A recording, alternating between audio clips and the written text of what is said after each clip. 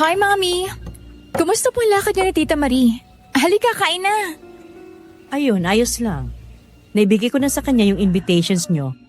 Siya nga pala, nakita ko kanina doon sa mall na pinuntahan namin si Ray. Anong ginagawa niya doon? Paano siya mapupunta doon? Nandun siya sa mami niya at dinala yung mga invitations para sa relative nila. Baka naman kamukha lang.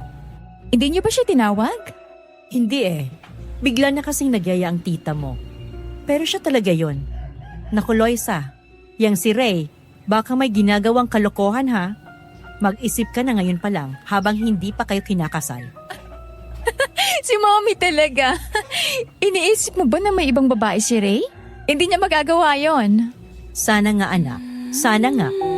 Dear Miss Amy, minahal ko siya kahit siya'y aswang. Dear Miss Amy, pag-ibig ba ito o sumpa? Dear Miss Amy, natatakot ako sa kanyang lihim. Ito ang aswang love story. Dear Miss Amy. Trust. Isang salita pero mabigat ang ibig sabihin. May pinagkatiwalaan ka na bang isang tao na trinedor ka? Paano kung ang asawa mo na dapat ay taong makakasama mo sa hirap at ginhawa ang sumira sa tiwala mo? Iiyak ka ba? O gaganti ka? Pag-usapan natin ito sa comment section. Dear Miss Amy, isang magandang araw po sa inyong lahat. Ako po si Luisa, 35 years old, at nakatira sa isang kilala at eksklusibong subdivision dito sa probinsya namin. Dahil palagi kong naririnig ang kasambahay namin na si Nanay Mina na nakikinig sa channel nyo, na-curious ako. Kaya nakinig din ako at agad yung pinaalala sa akin ang personal kong karanasan tungkol sa aswang. Kwento ito tungkol sa akin at sa ex ko at sa isang binatang hindi ako iniwan sa lahat ng hirap na dumaan sa akin. Schoolmates kami ni Ray nung college sa New York. Nagkita ulit makalipas ang ilang taon. Pareho kami may US citizenship. At nagkataon ng mga panahon na yon, pareho kami may trabaho doon. Mula noon, palagi na kami lumalabas hanggang sa maging kami. Hanggang sa mismong araw ng kasal namin, nabuking ko ang panluloko niya sa akin. Kaya ako naghahanap kayo ng kwento ng babaeng martir? Hindi ito yon. Kiss! Kiss! I love you, Han. I love you too. I'm so happy. Ako rin. Oh, huwag ka nang umiyak. Masisira ang makeup mo. Congratulations mga anak! Thank you, Mommy. Ray, ingatan mo ang nag-iisang prinsesa ko, ha? Huwag na huwag mong sasaktan. Yes, Dad. Magkakaasa po kayo. Sa isang private wedding ceremony sa isang hotel sa Las Vegas, naganap ang kasal namin ni Ray. Sa Amerika na kami nagpakasal dahil halos lahat ng kamag-anak namin ay naroon. Matapos ang seremonya sa simbahan, mahigpit namin niyakap ang isa't isa. Pero napakunot-noo ako nang tumikit ang ilong ko sa kwelyo ng damit niya at may naamoy akong kakaiba. May humalong pabango ng babae doon. Sa halip na sitahin, tinaboy ko yun sa isip ko at hinarap namin ang mga kaibigan at pamilya na bumabati sa amin. Maya-maya, masayang lumapit sa amin si Giselle, ang kaibigan at business partner ko. Luisa, congrats! I'm so happy for you. Thank you. Buti nakarating ka. Oo, napakiusapan ko yung boss ko. Siyempre, hindi ako pwedeng mawala. Isa ako sa bridesmaid mo. Uy, Ray, congrats! Salamat. Nang lumapit sa akin si Giselle at yumakap, ay natigilan ako nang maamoy kong pabango niya. Kapareho ng naamoy kong pabango sa damit ni Ray. Pilit akong ngumiti nang lumayo siya sa akin at ngumiti rin. Casual naman silang nag-usap ng asawa ko kaya itinaboy ko ang maling naglalaro sa isip ko. Araw yun ang kasal namin. Hindi ko dapat haluan ng kahit anong pagdududa ang espesyal na okasyon na yon. Nawala doon ang isip ko nang makita ang lalaking palapit sa akin. Natigilan ako bago gumanti ng ngiti sa kanya. Marcus, pare. Mabuti at nakarating ka. Of course! Hindi ko palalagpasin to. Congratulations, guys! Thank you. Luisa, congrats. Thanks, Marcos. Salamat at talagang pumunta ka pa rito. Of course, para sa'yo. Alam mo naman, malakas ka sa akin. I'm so happy for you. Thank you.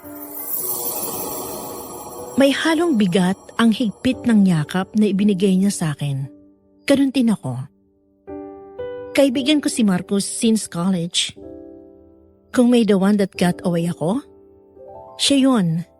Si Marcos ang first love ko. Nung nag-aaral pa ako, masyadong maigpit sa akin ng parents ko na bawal ako mag-boyfriend hanggat hindi nakakatapos. Siya ang nag-iisang lalaki na matapang na nagpahayag sa parents ko ng damdamin para sa akin. At nangakong maghihintay hanggang sa makagraduate kami bago siya manligaw. On our senior year in college, bigla siyang umalis at umuwi ng Maynila kung saan naroon ang pamilya niya. Wala na ako narinig sa kanya mula noon. Nang muli kami magkita, boyfriend ko na si Ray at huli na ang lahat sa amin. Pagdating sa reception, nalibang ako sa programa at pag-iistima ng bisita, kaya nawala sa isip ko ang napansin ko kay Ray at Giselle. Hanggang sa biglang nagpaalam ang asawa ko. Han, sandali lang ha. Punta lang ako ng banyo. Okay, bilisan mo ha. Oo. Luisa, Uy, Marcos, kumain ka na? oo, tapos na. Kumusta si Lolo Fabian? Nasa probinsya natin. Malakas pa rin. Lumipas ang ilang sandali at nalibang ako sa pakikipag-usap kay Marcos. Hanggang sa may isang lumapit na kaibigan ni Mami na hindi nakadalo sa simbahan dahil naipit sa traffic. Nagulat kami nang batiin ito si Marcos at napagkamalan siyang groom ko. Natawa kaming dalawa at agad itinama ang maling akala nito. Doon ko naalala si Ray na hanggang sa mga sandaling yon hindi pa bumabalik. Nasaan na pala yung si Ray? Ang tagal, sabi magsi-CR lang. Teka, hanapin ko. Thank you, Marcos. Sige na, ipagpatuloy mo na yung kinakain mo. Ilang sandali pa'y lumapit sa akin ang host ng program. Pagkatapos ay kinuha ang compact mirror tsaka nag-retouch ng lipstick at powder. Maya-maya'y pumasok naman si Ray kasama si Marcos. Nang makaupo siya sa tabi ko, agad akong sumibangot. Ba't ang tagal mo mag-CR? Ay, sorry yan. Kinausap ako ni parang Julius eh. Si Julius? Halos hindi yun umaalis sa upuan niya eh. Kanina nung nag-CR siya, baka hindi mo lang napansin. Huwag ka na magalit. Kasalatin ngayon, ayaw kong masira ang araw mo. Kasi naman. Hindi ko natuloy ang sasabihin ko nang mula doon sa kinauupuan ko, ay nalanghap kong amoy ng pabango ni Giselle mula kay Ray. Ang kwelyo ng puting long sleeve na suot niya sa loob ng coat ay may bahid ng makeup. Lihim kong kinuyom ang palad ko habang unti-unting nabubuo ang hinala ko. Eksakto naman na lumapit ang isa naming bisita kay Ray. Doon ako lumingon kay Giselle. Nakita ko na kinuha niyang cellphone at may pinindot siya ng pinindot na parang nagtitext. Ilang sandali pa, eksaktong pagbaba ni Giselle ng phone, ay siya namang vibrate ng phone ni Ray.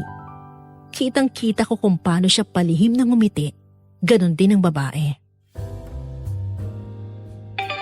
Ano ulit yung sinasabi mo, Han? Kasal natin. Pero kung ano-ano yung inaatupag mo. Kanina ang tagal mo sa CR. Ngayon cellphone mo yung hawak mo. Sorry na. Sige lang, sirain mo pa yung araw ko. Hani naman, huwag kang magsungit. Teka, huwag kang kumilos. May dumi yung kwelyo ng polo mo. Nakita ko kung paano siya namutla matapos kong sabihin yon. Binigyan niya ako ng isang awkward na ngiti. Pagkatapos sinadya ko siyang amuyin sa leeg. Bahagya ako natigilan na parang nagulat pa siya sa ginawa ko at agad na lumayo sa akin. Ngumiti lang ako at hindi nagpahalata. Kahit na ang totoo ay naiiyak ako sa galit at gusto kong itusok sa leeg niya ang steak knife sa mesa. Hayaan mo na yan, Han. Lalaban din naman yan eh. Dumikit yata ang makeup ko sa kwelyo ng damit mo. Tsaka, anong pabango yung suot mo? Nagbago ka pala ng perfume? Ha? Hindi. Yun pa rin. Ginamit ko lang yung maliit na sample na libre doon sa dati kong binili. Gusto ko lang may ibang pabango ko ngayong araw ng kasal natin. Okay. Ubusin mo na yung pagkain mo. 2:00 ng madaling araw. Dumilat ako't lumingon kay Ray. Tulog na tulog ito dahil matapos ang 2nd beses naming pagtatalik, ay nagyaya akong uminom ng alak. Pinainom ko siya at sinadya kong lasingin para magawa ang plano ko. Agad ako nagpihis matapos bumangon at bumaba ng kama. Kinuha ko ang cellphone niya sa bulsa ng pantalon at tinype ko ang password na hindi alam ni Ray na alam ko. Nang buksan ko ang text messages, nakita ko doon ang numero na may nakasave na letter G. Nang buksan ko yon, biglang gumuho ang mundo ko. Doon bumungad ang mga text message ng nagmamay-ari ng numero na yon at may hinala na ako kung sino. Tapaupo ko sa sahig at umagos ang luha ko. At parang paulit-ulit na sinasaksak ang puso ko habang binabasa ang mga palitan ng message nila. Mula kanina lang, pati ang mga lumang text nila. Sorry kung hindi ako nakakasagot sa mga text mo. Lagi kong kasama si Luisa eh. Mahirap na baka mahuli ako. Honey, masyado ka nang busy sa kasal mo. Kailan ba tayo magkikita ulit? Miss na kita. Dito ka na matulog sa akin. Sorry, honey. Ang daming kailangang asikasuhin eh. Saka baka makalata si Luisa eh. Bakit kasi hindi mo siya maiwan-iwan? Sorry. Alam mo naman, di ba? Mahal kita. Pero mahal ko rin si Luisa. Ayoko rin siyang mawala sa akin. Hihintayin kita dito sa kwarto ko, honey. Siguraduhin mong tulog na si Luisa, ha? Oo. Kaso, papagurin ko muna siya. Hindi ako pwedeng umalis agad kasi baka makalata. Nakita niyo yung bakat ng makeup mo sa damit ko, saka dumikit sa akin yung pabango mo. Nakakainis naman. Konting tiis lang. Ikaw kasi, masyado kang nasarapan kanina. Ano ako? Ikaw nga dyan eh. Ang lakas ng ungol mo. Mamaya na tayo mag-usap ulit. Maganda ka kasi pagdating ko sa kwarto mo, ikaw naman ang papagurin ko. Thank you nga pala sa regalo mong Rolex kanina. Salamat sa panakaw na sandali kanina sa kotse. Ang akala ko, hindi mo na ako papansinin eh. Mamaya, paglipat ko sa kwarto mo, kailangan wala ka ng suot ha? Yes, honey. Pagpasok mo pa lang, nasa kama na ako. Mga hayop. Mga baboy kayo. Hindi ko palalagpasin ang ginawa niyo na to. Matapos kong malaman ang kataksilan ni Ray at ng bridesmaid ko, si Giselle, ini-screenshot ko lahat ng conversation nila. Pinadala ko yun sa email ko kasama ng mga pictures at videos ng kababuyan nila. Matapos yun binuro ko sa sent items ang ebidensya. Bukod doon, inactivate ko ang tracker sa phone niya. Makalipas ng 5 araw, umuwi na kami sa Pilipinas sa probinsya namin. Agad natulog si Ray dahil sa pagod sa biyahe. Habang ako naman, umalis at umuwi sa bahay para magsumbong sa parents ko. Nang makita ko sila, umiyak na ako agad sa mami at daddy ko at binuhos ang kinikimkim na sakit at galit ng ilang araw. Nang oras na yon, agad pinauwi ni dad ang 3 kuya ko sa bahay at sinabing ginawa ni Ray. Nadatan ko rin doon si Marcus na kausap ni dad tungkol sa business. Bagya ako napakislot ng iba to ni daddy ang hawak na baso at nabastag yun dahil sa sobrang galit. Hayop ang lalaking yan. Binilinan ko pa siya na ingatan ka. Tapos ganito pala ang ginagawa niya. Mapapatay ko yung asawa mo. Ang kakapal ng mukha! Doon pa sa kasal niyo gumawa ng kababuyan! Huwag mong sabihin, naiiyak ka lang dyan at magpapatalo. Lumaban ka, anak. Matalino ka. Hindi kita pinalaki ng maayos para lang hayaan mong tapakan ng pagkatao mo. No, Dad. Let me handle this. May plano ako. At kagabi ko pa napag-isipan to. Unti-unti ko silang hihilayin pababa. Hanggang sa maubos sila. Malalaman ang lahat ng kababuyan nila. Ipapakita ko sa kanila kung paano magalit ang isang tulad ko. Hindi ko palalagpasin ang pangtatraidor nila sa akin. Nandito ako, Luisa. Handa akong tumulong sa'yo. Sabihin mo lang ang kailangan kong gawin. Umpisahan natin sa kabit. Anong balak mo kay Giselle? Dad, bawiin mo ang investment natin sa latest at major project ng kumpanya ni Giselle. Kapag ginawa natin yun, mag-aalisa ng mga ibang investors. Exactly my point. Ang mga investors na yon, nag-invest sila sa project dahil sa kumpanya natin. Nahila mo sila dahil malaking tiwala nila sa iyo. Kapag umatras ka, magsisipag-atrasan din yon. Ang project na yon ang inaasahan ni Giselle para sa binabalak niyang expansion. I can't let that woman succeed. Sige, tatawagan ko ngayon din ang mga tao natin. Tumayo ako at naglakad papunta sa lanay. Huminto ako sa harap ng swimming pool. Tahimik akong umiyak habang mariin kong kinuyom ang kamao ko. With my stern face, I slowly wiped my tears with my hand and calm myself. Habang ini-imagine ko na nilulunod kong asawa ko at ang kabit niya sa tubig na nasa harap ko. One thing about me, Miss Amy, mabait akong tao. I can be very sweet and malambing. I give my 100% to the one I love. Hindi rin ako possessive. Marunong akong sumuporta kung saan man masaya ang mahal ko. I can be very understanding too. Pero ayoko sa lahat ay sinisira ang tiwala ko, tinatraidor ako. Wala naman siguro sa atin ang gusto nun. Pero ang pagkakaiba ko, hindi ako santa. I got even. I became evil when betrayed.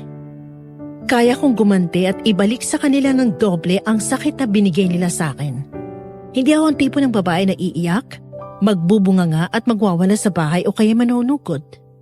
I work underneath their noses without them knowing I'm slowly tearing them apart. When I'm mad, I'll kill them with my silence. Isang umaga, kaswala akong tumingin kay Giselle na hindi maipintang mukha matapos itong buksan ang pinto ng opisina ko. Naiiyak ito na parang galit at mapabaliw na. Sunod-sunod ang paghinga na parang sumali sa marathon. Magulo ang buhok at pawisan. Sumandal ako sa backrest ng swivel chair ko at pormalang ngumiti sa babae. Alam ko ang pinunta niya doon at nagdiriwang ang maldita self ko habang nakikita ko siya sa ganong estado. Anong nangyari, Luisa? Bakit binawi ng daddy mong investment sa project?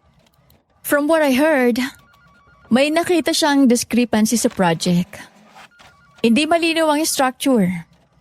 Weeks ago, during the meeting, na-point out niya yon.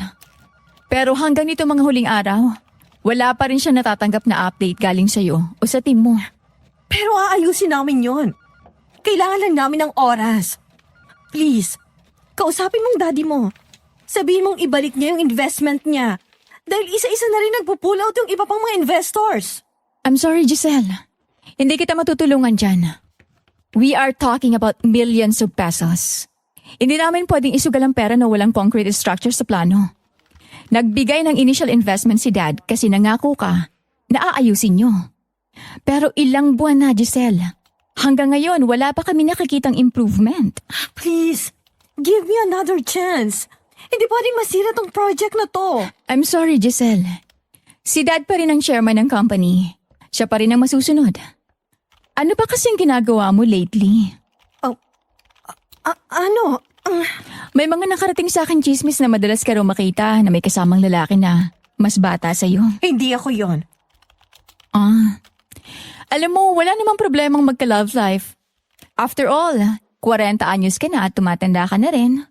Nagkakaroon ka na rin ng wrinkles at lumalabas na ang puting buhok mo. Pero, siguraduhin mo lang na hindi maapektuhan ang trabaho mo. I'm begging you, Luisa. Give me a chance. Talk to your dad. May bagong proposal na tinanggap si Dad na mas maganda at kumpleto ang structure ng plano. It's too late. Kanino? Kay Marcus. Anyway, kung talagang gusto mong bumawi, pwede mong puntahan si Dad. Subukan mo kung makakakuha ka ng schedule sa secretary niya para sa isang meeting. Pero ang balita ko, full pack siya ngayon eh. Naalala niyo yung teleserye no na Ruby? Ganon ang pakiramdam ko sa mga sandaling yon. Isang bida sa kwento ko, pero kontrabida sa buhay ni Giselle at asawa ko. Enjoy na enjoy ako habang nakikita ko siyang parang nauupos na kandila. Pigil ang tawa ko habang pinapanood ko siya na naglalakad palayo at nawawalan pa ng balanse. Hanggang sa mapaupo na nga siya. Doon ako tumayo at naglakad palapit sa kanya. Nang tumingala siya sa akin, tiningnan ko siya ng nakataas ang noo at parang ipis na anuman na oras, pwede kong tapakan at durugin habang nakakrus ang braso sa dibdib ko. Walang salita, pero ipinaramdam ko sa kanya kung sino at anong klase ang babaeng binabangga niya. Need help? Hindi, kaya ka na. Sigurado ka? Oo. Hindi ako nagsinungaling kay Giselle nang sabihin ko na nag-invest si Daddy sa project ng maliit na kumpanya ni Marcus na sinisimulan pa lang niya. Gusto ni Dad na tulungan siya dahil nakikita namin ang sipag niya. Binuo niya ang kumpanya mula sa umpisa. Hindi niya ito minana. He built it from scratch. Habang kumakain kami ni Marcus, ay hindi ko mapigilan ng tawa habang kinikwento ko sa kanya ang nangyari. Maya-maya natigilan ako nang mapansin na nakatitig lang siya sa akin habang nakangiti. Doon ako huminto. Bigla akong kinabahan sa klase ng tingin niya sa akin. Kung nakita mo lang ang mukha niya. Masaya ka ba talaga sa ginagawa mo? Hindi. Sinong tao bang gustong manakit ng kapwa niya? Pero kailangan kong gawin. Para maibangon ko ang sarili ko. Para malaman nila na hindi ako ang tipo na pwede nilang gawing tanga. Nandito lang ako palagi, nakalalay sa'yo. Kung alam ko lang nagagagawihin ka ni Ray, inagaw na sana kita noon pa. Sira. Parating na siya. Phase 2 of the revenge plan. Pagsilosin si Ray. Ang sadyang tama ng kanyang ego dahil noon pa man, malaki na insecurity niya kay Marcus at siyang numero 1 pinagsisilosan nito. Kumilos kami ng normal as usual. Kunwari ay aksidente ako napatingin sa pinto kung saan saktong pumasok ang asawa ko kasama mga kaopisina niya. Nilakayan ko ang ngiti ko at kumaway pa ako. Ngumiti sa akin si Ray pero bahagyang napalis ang ngiti niya nang makita si Marcus. Saglit itong nagpaalam sa mga kaibigan sa lumapit sa akin. Nagkunwari akong masayang nakita siya at tumayo ako tsaka hinalikan siya sa labi. Hi, Hen. Marcos, pare. Hi, Anong ginagawa niya dito? Nagkaroon kami ng breakfast meeting with the other investors. Napadaan kami rito dahil naaalala namin na ito pala yung favorite naming restaurant dati, right? right. Naisip na rin namin na hintayin ka dito. Tatawagan ka na nga sana ni Luisa para sabihin na sabayan mo na kami. Ganun ba? Sige na, Han. Samahan mo na yung office mates mo. Sigurado kang okay ka lang dito? Oo naman. Si Marcus naman ang kasama ko. I'm safe. Go! Enjoy your time with friends. Uuwi agad ako mamaya. Okay. Anong gusto mong dinner? Yung pasta na madalas mong niluluto para sa akin. Yung favorite ko. Yung chicken truffle pasta? Yes, yun. Okay. Sige yan, dito na ako. Nang makaalis na si Ray at pinuntahan ng mga kaibigan, bahagya ako natigilan nang makita nakapormal ang mukha ni Marcus habang nakakuyom ang kamao. Nakita ko ang galit sa mukha niya. Maya-maya, kumalma siya nang ipatong ko ang kamay ko sa braso niya at marahan siyang hinaplos. Doon huminga ng malalim si Marcus at pumikit habang pigil na pigil akong umiyak.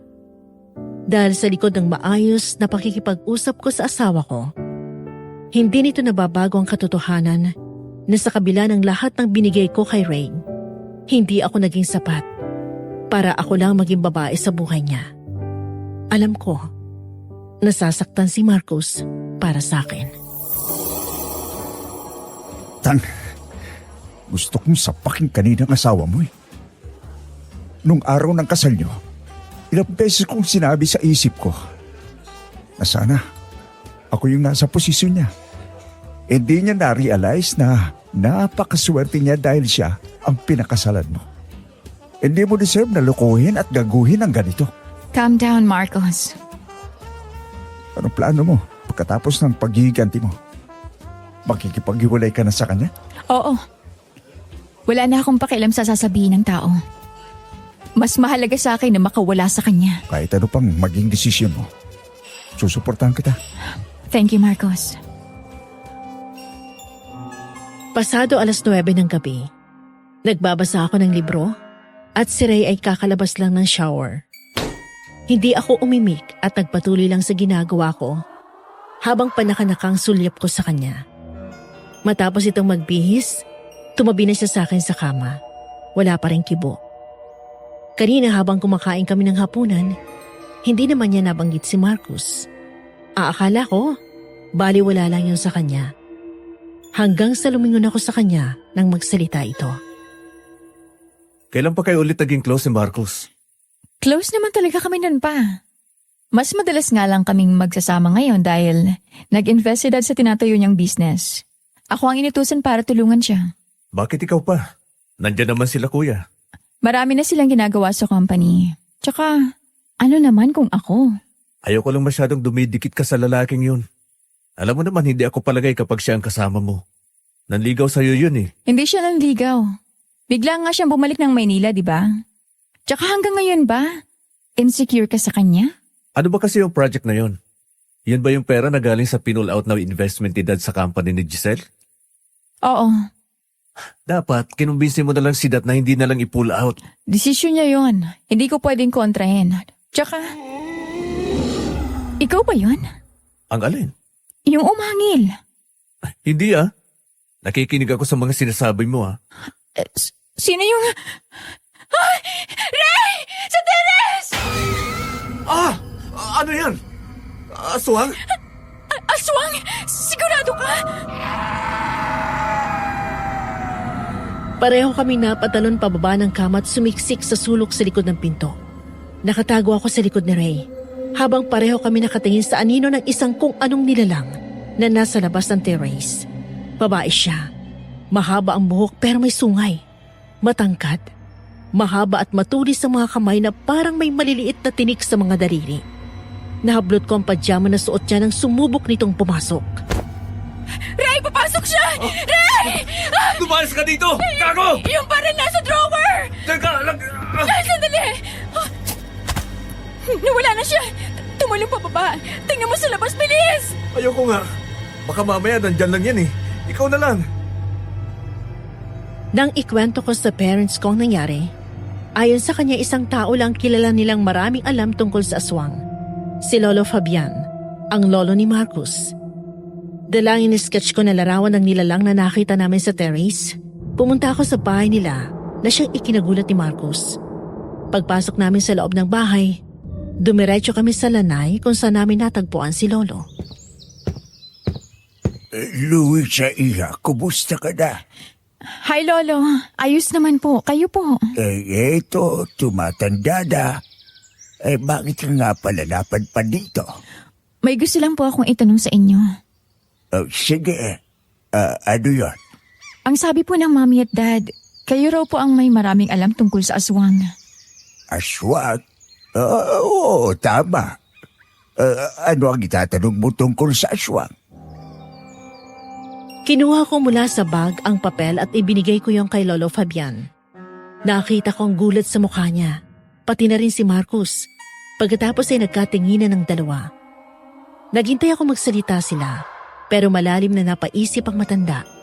Maya-maya, humila na ng upuan si Marcos at naupo sa tabi ko. Kagabi po, bigla na lang naming nakita yan ni Reyna. Nasa labas ng terrace. Ganyan na ganyan po ang itsura. Hindi mo nakita ang mukha. Hindi po eh. Anino lang po nakita namin tsaka natakot kaming lumabas. Kung pagbabasihan ang kanyang itsura, maaaring ito ay mandarangkal. Mandarangkal? Isang klase ng aswang na babae. Ang itsura niya ay kahalintulad ng isang praying mantis. Anyong magandang babae siya sa umaga at mahilig mang-akit bago patayin ang kanyang biktima. Karaniwan dito ay mga kalalakihan. Kapag naakit na niya ang kanyang biktima, ay makikipagtalik siya dito. Kapag malapit na siya sa sukdulan, doon na lumalabas ang kanyang totoong anyo at yun na rin ang oras na papatayin niya ang kanyang biktima. Lumalabas ang kanyang matatalim na kuko at lumalabas din ang kanyang matatalas na ngipin at yun ang ginagamit sa pagpatay. Ginigilitan muna nila ng liig ang kanilang biktima bago kainin ang kanilang laman loob, partikular na ang atay at puso nito. Ang sabi pa ng iba, nakakapagpabata daw sa kanila ang pakikipagtalik sa mga lalaki at ang pagkain sa atay at puso nila. Hindi ko alam na may mga ganyang klaseng nilalang dito. Kahit na moderno at malawak ang siyudad dito sa atin, probinsya pa rin ito at napapalagiran tayo ng mga gubat at mundo. Ang mga aswang na gaya ng mandarangkal ay hindi na mawawala dito, lalo na sa liblib na bayan. Ano pong gagawin ko? Kaya ng ibang aswang. Takot ang mandarangkal sa asin, bawang at luya. Takot din sila sa mga krus at tubig na may bendisyon. Magsabit ka ng bawang sa mga bintana at pinto nyo para hindi sila makapasok. At kung makakalaban mo siya, sa puso mo patamaan para tiyak ang kanyang kamatayan. Opo, tatandaan ko po yan. May baril po ako sa bahay. At balitaan ko rin pala dito kay Marcos ang problema mo. Sabihin mo dyan sa asawa mo na mahina sa tukso na mag-ingat. Baka siya ay maakit ng isang madarangkal. Opo, salamat po. Huwag kang mag-alala. Hanggat nandito ako, hindi ka masasaktan nun. Salamat, Marcos. Isang gabi, isang munting salo-salo ang hinanda ko para ipagdiwang ang kaarawan ko. Bukod sa pamilya ko, daroon din ang mga malalapit na kaibigan ko kasama na si Marcos. Ngunit may isang dumating na hindi imbitado, si Giselle. Nang makita ko siya, parang nasira ang gabi ko.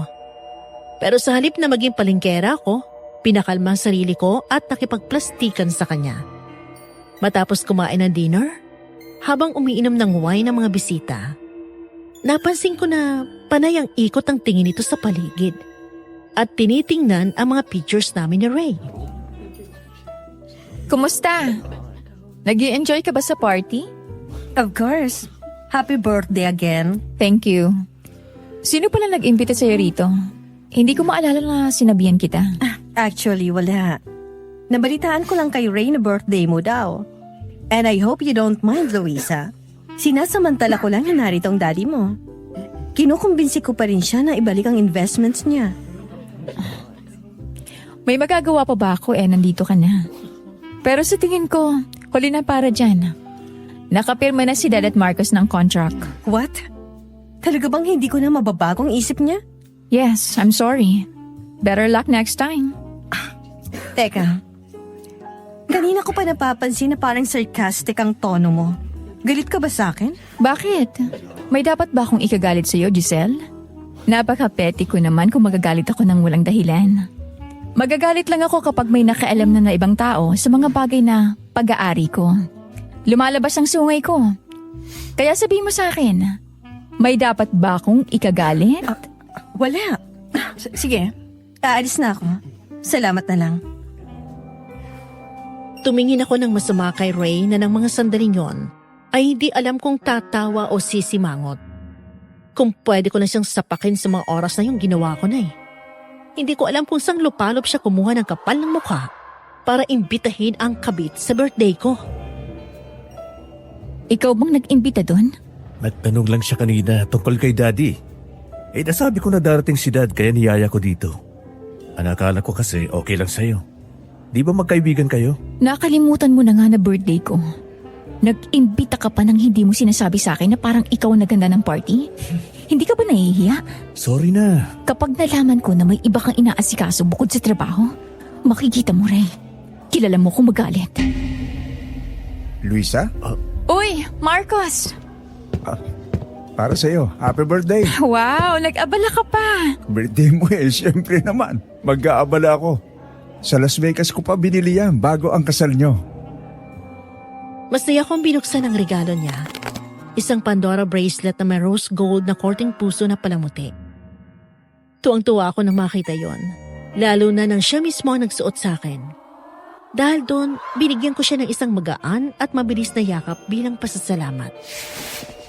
Hindi ko alam na nakatingin pala sa amin ang lahat. Pero dahil sa regalo ni Marcus, binali ng mami ko atensyon ng lahat sa asawa ko.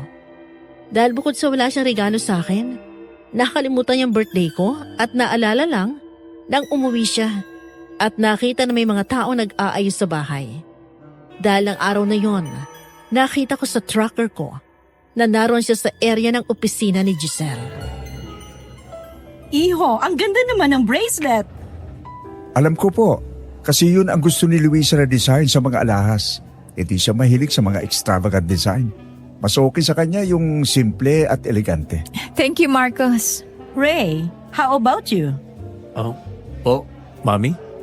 Anong regalo mo sa asawa mo? Kanina pa kami nandito pero wala akong nakikita na may binigay ka sa kanya. Huwag mong sabihin na nakalimutan mo. Ano po? Kasi... It's okay, Mom, Dad. At least umuwi siya rito.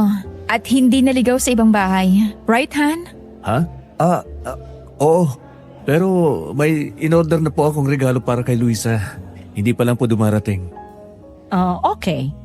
By the way, nice watch. Iyan yung latest design ng Rolex, di ba? Po?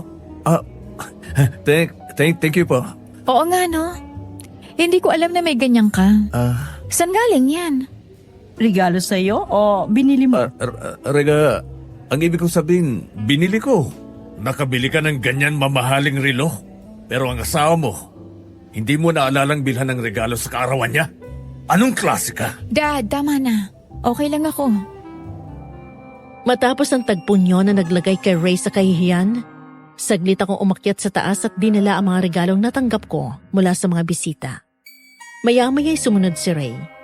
Pinormalan ko siya ng mukha at hindi ko pinansin habang patuloy kong sinasalansan sa sofa ang mga regalo. Nagmagtangka siyang yakapin ako, mabilis akong lumayo. Han, sorry. Sorry na. Talaga lang nawala sa isip ko na birthday mo eh.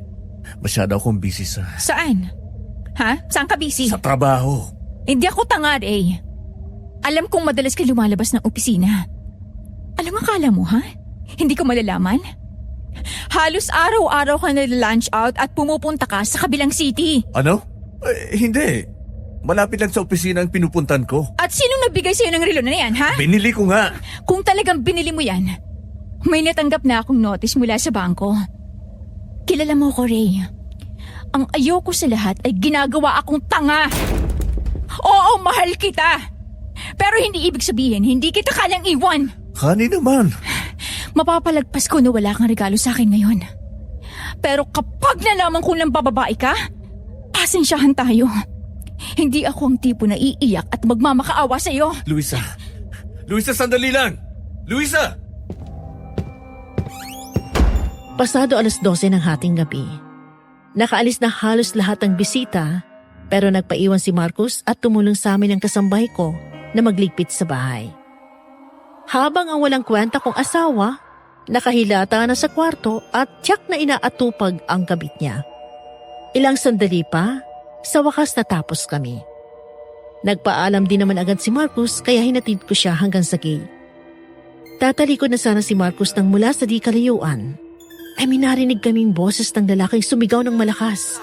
Nagkatinginan kaming dalawa. Kahit si Ray napalabas at tumingin sa pinanggalingan ng boses.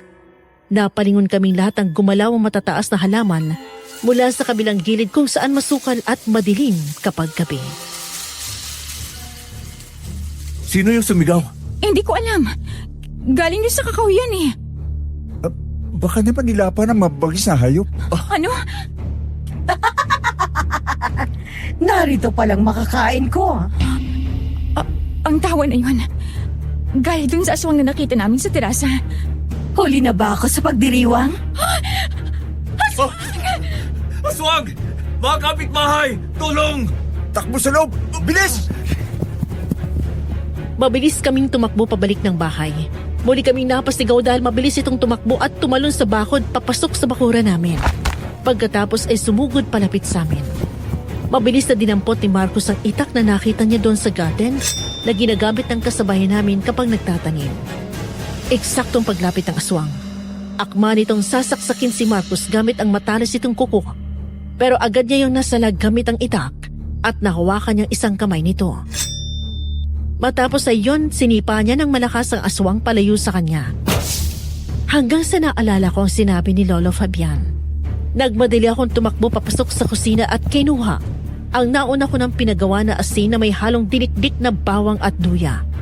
Pagbalik ko, naabutan ko ang aswang at si Marcos na eksaktong nasaksak ang aswang sa tiyan. Sinamantala ko yon at binato ko agad ang asin. Dahil doon, mabilis itong tumalon paatras habang hawak ang parte ng tiyan na may tama. Walang iya ka! Aalis ka dito o papatayin kita!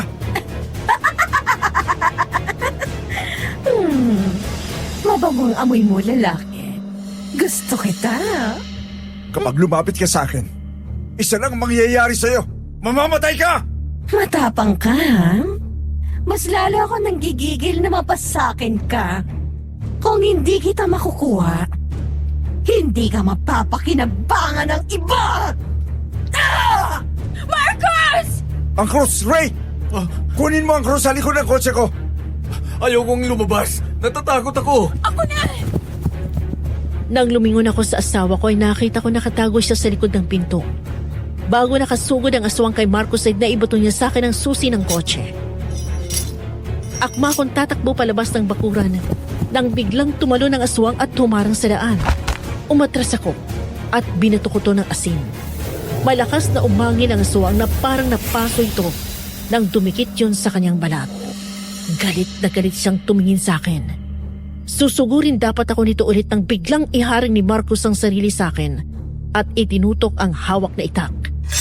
Napakapit ako na mahigpit sa baywang niya habang dahan-dahan kami naglalakad paikot. Marcos, natatakot ako. Nandito ako, Luisa. Huwag ka mag-alala. Basta sundin mo lang ang sasabihin ko at bilisan mo ang kilos. Huwag kang matataranta, okay? Ang krus doon sa trunk ng kotse ko at yung buntot pagi. Bukas siyang latigo. Kunin mo yan. Okay, Lalansin ko siya. Tumakbo ka kaagad. mag-iingat ka. Ikaw rin. Bibilang ako ng 3 tapos tumakbo ka na. 1, 2, 3, takbo! Eksaktong natapos na bilang ni Marcos. Kasabay ng pagtakbo ko, ay siyang takbo din ng aswang palapit. Nang tumalon nito papunta sa akin, mabilis na humabol si Marcos at siyang humarang sa daan nito. Kasabay nito, mabilis niya ulit sinaksak ang aswang. Eksakto namang nabuksan ko ang trunk ng sasakyan ni Marcos, kaya nakuha ko agad ang tinukoy niyang armas. Pag-abot ko ng krus na kahoy, agad niyang dinikit yun sa mukha ng aswang. Pagkatapos ay ako ang humataw sa kanya ng buntot pagi. Walang iya kayong dalawa! Sinisira niyo ang mukha ko! Mamamatay kang demonyo ka! Marami kang atraso sa akin! Babalikan ko kayong dalawa! Lalo na ikaw na babae ka! Tapusin na natin ito ngayon! Hintayin mo ang pagbabalik ko! Hindi pa natatapos ang lahat dito! Nakatakas na siya. Masama ang tama niya. Kailangan bumalik ang aswang sa bahay niya para pagalingin niya ang sugat niya. Hindi ba natin susundan? Huwag. Mahirap na. Delikado sa gupat kapag gabi. Hindi natin kabisado dyan. Manidihado tayo kapag sinundan natin siya. Nang mabilis na tumakbo palayo ang aswang at pumasok sa masukal na kakahuyan, doon lang kami nakahinga ng maluwag, habang ako naman ay tila ng hina sa sobrang takot. Agad lumapit si Marcos sa akin at inalalayan ako papasok. Pagdating sa loob, nakita na lang namin si Rain na nakatago sa likod ng sofa. Kitang-kita ko ang biglang paggitngit ng galit sa mukha ni Marcos.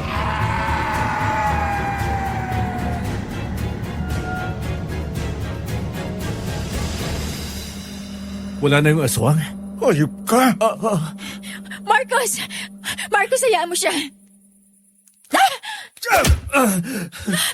Tarantado ka! Wala kang silbing hayop ka! Bakit ka nananapak? Bakit? Muntik nang mamatay ang asawa mo kanina. Humingi ako ng tulong sa'yo pero mas inuna mo pang iligtas ang sarili mo. Hinayaan mo ang asawa mo na sumugod sa labas. Tapos ikaw naman gago ka. Nagtago ka dyan. Anong klaseng lalaki ka? Alam mo ikaw, napapansin ko masyado ka nagpapalakas ng papel sa asawa ko.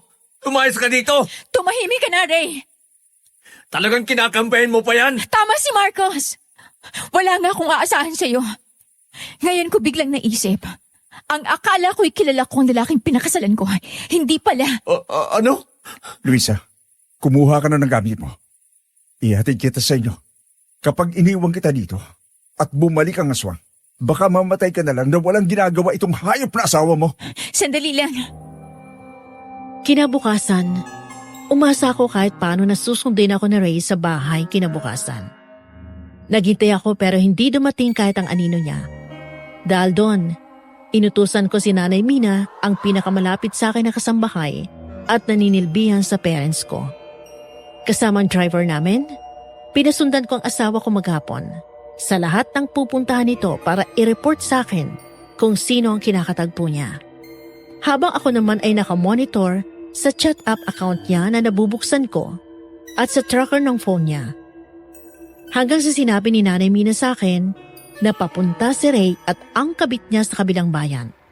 Kasama si Marcus, agad kaming sumunod doon. Baya-maya, bumaba sa isang kotse si Nanay Mina at lumapit sa amin.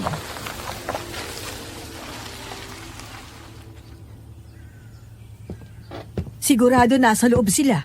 Silang dalawa lang nung babae, Nay? Oo. Kitang-kita namin ni Pilo. Sinundo pa ni Sir yung babae sa opisina eh. Tapos sabay silang pumasok sa restaurant. Sige po, Nay. Pwede na po kayo umuwi. Ako nang bahala dito. Salamat po. Sige, sabihin mo lang anak kung may kailangan ka pa. Opo. Nang makaalis si Nanay Mina ay kinuha ko ang mga printed screenshots ng text messages ng dalawa. Kasama mga pictures nila na magkatabi sa kama, sa beach at kung saan-saan pa. Doon pa lang ay naiiyak na ako at parang dinudurog na ang puso ko habang bumabalik sa isip ko kung saan nagsimula ang relasyon namin.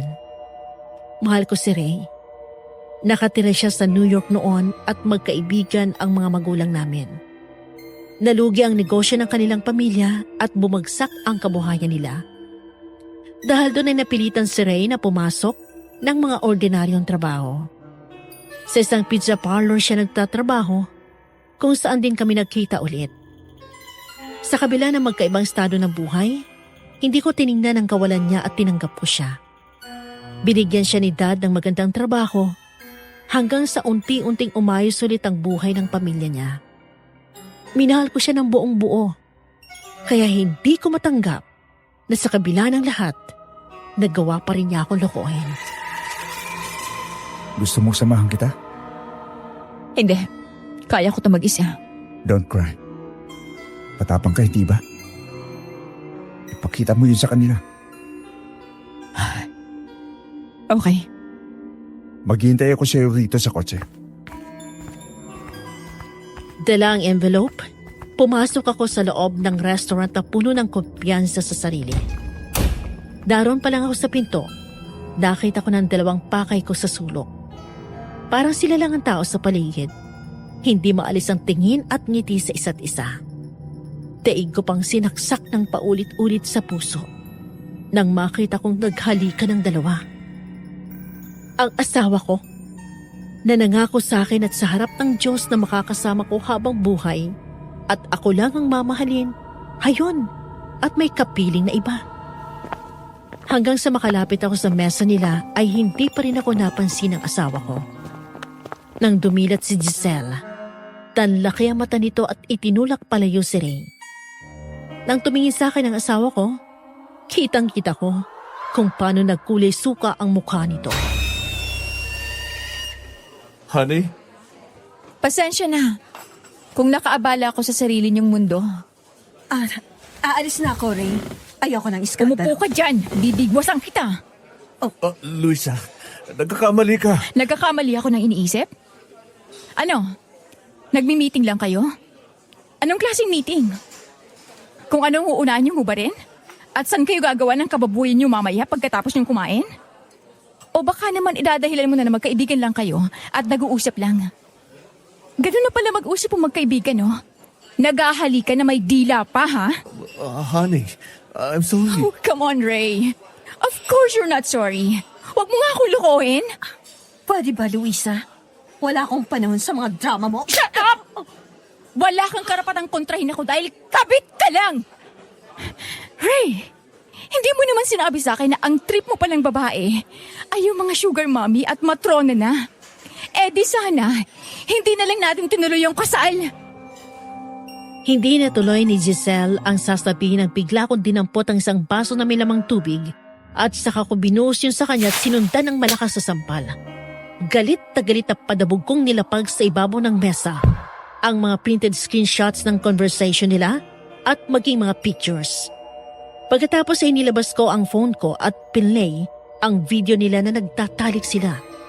Dahil doon, narinig ng mga iba pang customers doon sa restaurant ang malaswang halinghing nilang dalawa, kaya nagtinginan ng mga ito sa kanila. Ayop ka, Ray. Napakawalang hiya mo. Sa sarili nating kasal, ginagawa mo ko. Sa sarili nating kasal, binastos mo ko. Hindi ka man naghintay na matapos ang araw na yon. Hindi ka pa nakontento. Nung birthday ko, magkasama na kayo ng hapon, inimbitahan mo pa sa bahay natin. Saan galing yung kapal na mukha mo, ha? Anong akala mo? Hindi ko malalaman lahat ng panliloko niyo sa akin? At sa taong tinuring kong kaibigan, ginawa ko pang apay! Luisa, I'm sorry, please. Akong mahal ni Ray. Giselle, tumahimik ka na. Eh di sige, magsama kayo. Do you really think makikipag-agawan ako sa'yo? Oh, I'm sorry. Pero hindi ko ugaling pulutin ang mga basurang tinapon ko na. Sa'yo na yan. Total, wala namang silbihan sa buhay ko. Kinuha ko ang cellphone ko at agad akong tumalikod. Nagmamadali ako lumabas ng restaurant. Pagtapak ng paa ko sa labas, ay dun umagos ang luha ko. Para akong mamamatay sa sobrang selos. Kung may higit pa sa salitang sakit, yun ang nararamdaman ko. Nakita ko si Marcos na nasa labas na ng sasakyan at nakasandal doon. Maya-maya humabol si Ray. Paghawak niya sa akin sa braso, bigla akong humarap at sinampal siya. Huwag mo akong hawakan! Hayop ka! Nakakadiri! Luisa, Hayop! Luisa, patawarin mo na ako. Patawarin ka? Sabihin mo nga sa akin, Ray.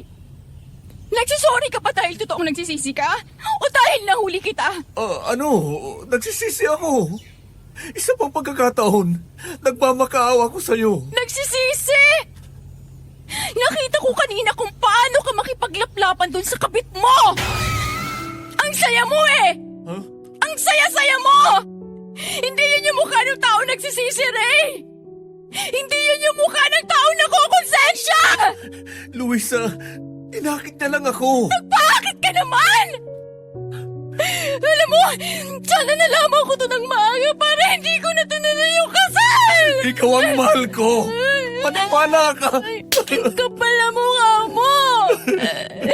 Ang kapal na mukha mong sabihin yan! Hindi mo ako mahal, Ray! Hindi mo ako mahal!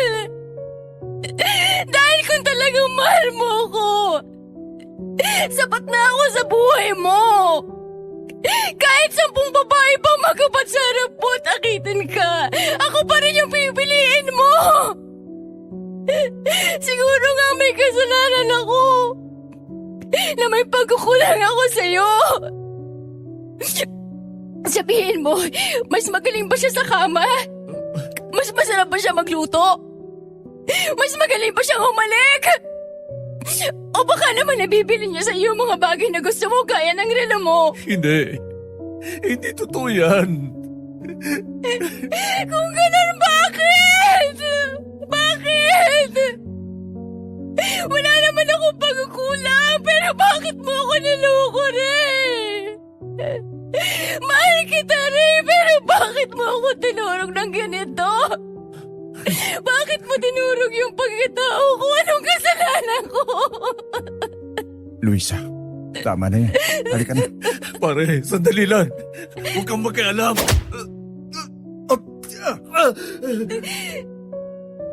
Nang lumapit sa akin si Marcus at umakbay ay inilayo niya ako mula kay Ray. Nang pigilan siya nito, nagulat ako nang biglang suntukin ito ni Marcus ng malakas ang asawa ko. Bumagsak siya sa lupa na nagtudugo ang gilid ng labi. Umiiyak na tumayo siya at tumingin sa akin. Saka sinubukan akong lapitan, pero itinulak siya ni Marcus palayo at walang salitang tinuro ng galit na galit.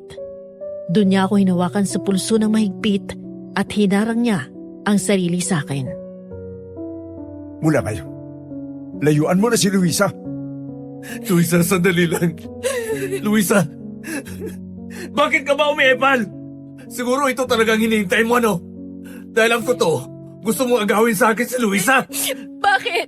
Nasasaktan ka na nakikita mo kami magkasama? Masakit ba? Ha? Masakit! Partida, wala kaming relasyon yan, ha? Pero kanya ka na mag-react! Ngayon isipin mo kung ano yung nararamdaman ko ngayon, Ray. Para mo akong pinatay! Ganon kasakit yung nararamdaman ko ngayon! Ngayon na napatunayan ko na may kabit ka! Pagsisisihan yun ng kabit mo ang araw na nagdesisyon kayo na lokohin ako! Luisa, patawarin mo ako. And watch me, pare. Aagawin ko talaga siya sa'yo. Dahil mas kaya ko siyang malin at alagaan. Minahal ka ni Luisa pero niloko mo lang siya. Mula ngayon, wag ka nang lalapit sa kanya. Natigilan si Ray ng pagpasok niya sa bahay namin ay nakahanda ng isang maleta niya. Mas lalo siyang hindi nakakibon nang mula sa kwarto sa ikalawang palapag ng bahay. Ibinaba ng hardinero namin at ni Mang Pilo ang dalawa pang maleta na puno ng damit at sapatos niya. Pagkatapos, sunod na ibinaba ni Nanay Mina ang isang malaking bag na puno ng kanyang mga personal na gamit.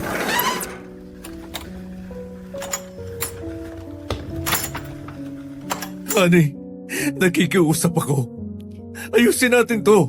Magbabago na ako. Pag ako, hindi ko na uulitin. Mula ngayong gabi, hiwalay na tayo, Ray. Sumama ka na kay Giselle kung talagang siya nang mas gusto mo. Hindi. Ayoko. Hindi ako aalis dito. Ikaw ang mahal ko, Luisa. Ikaw.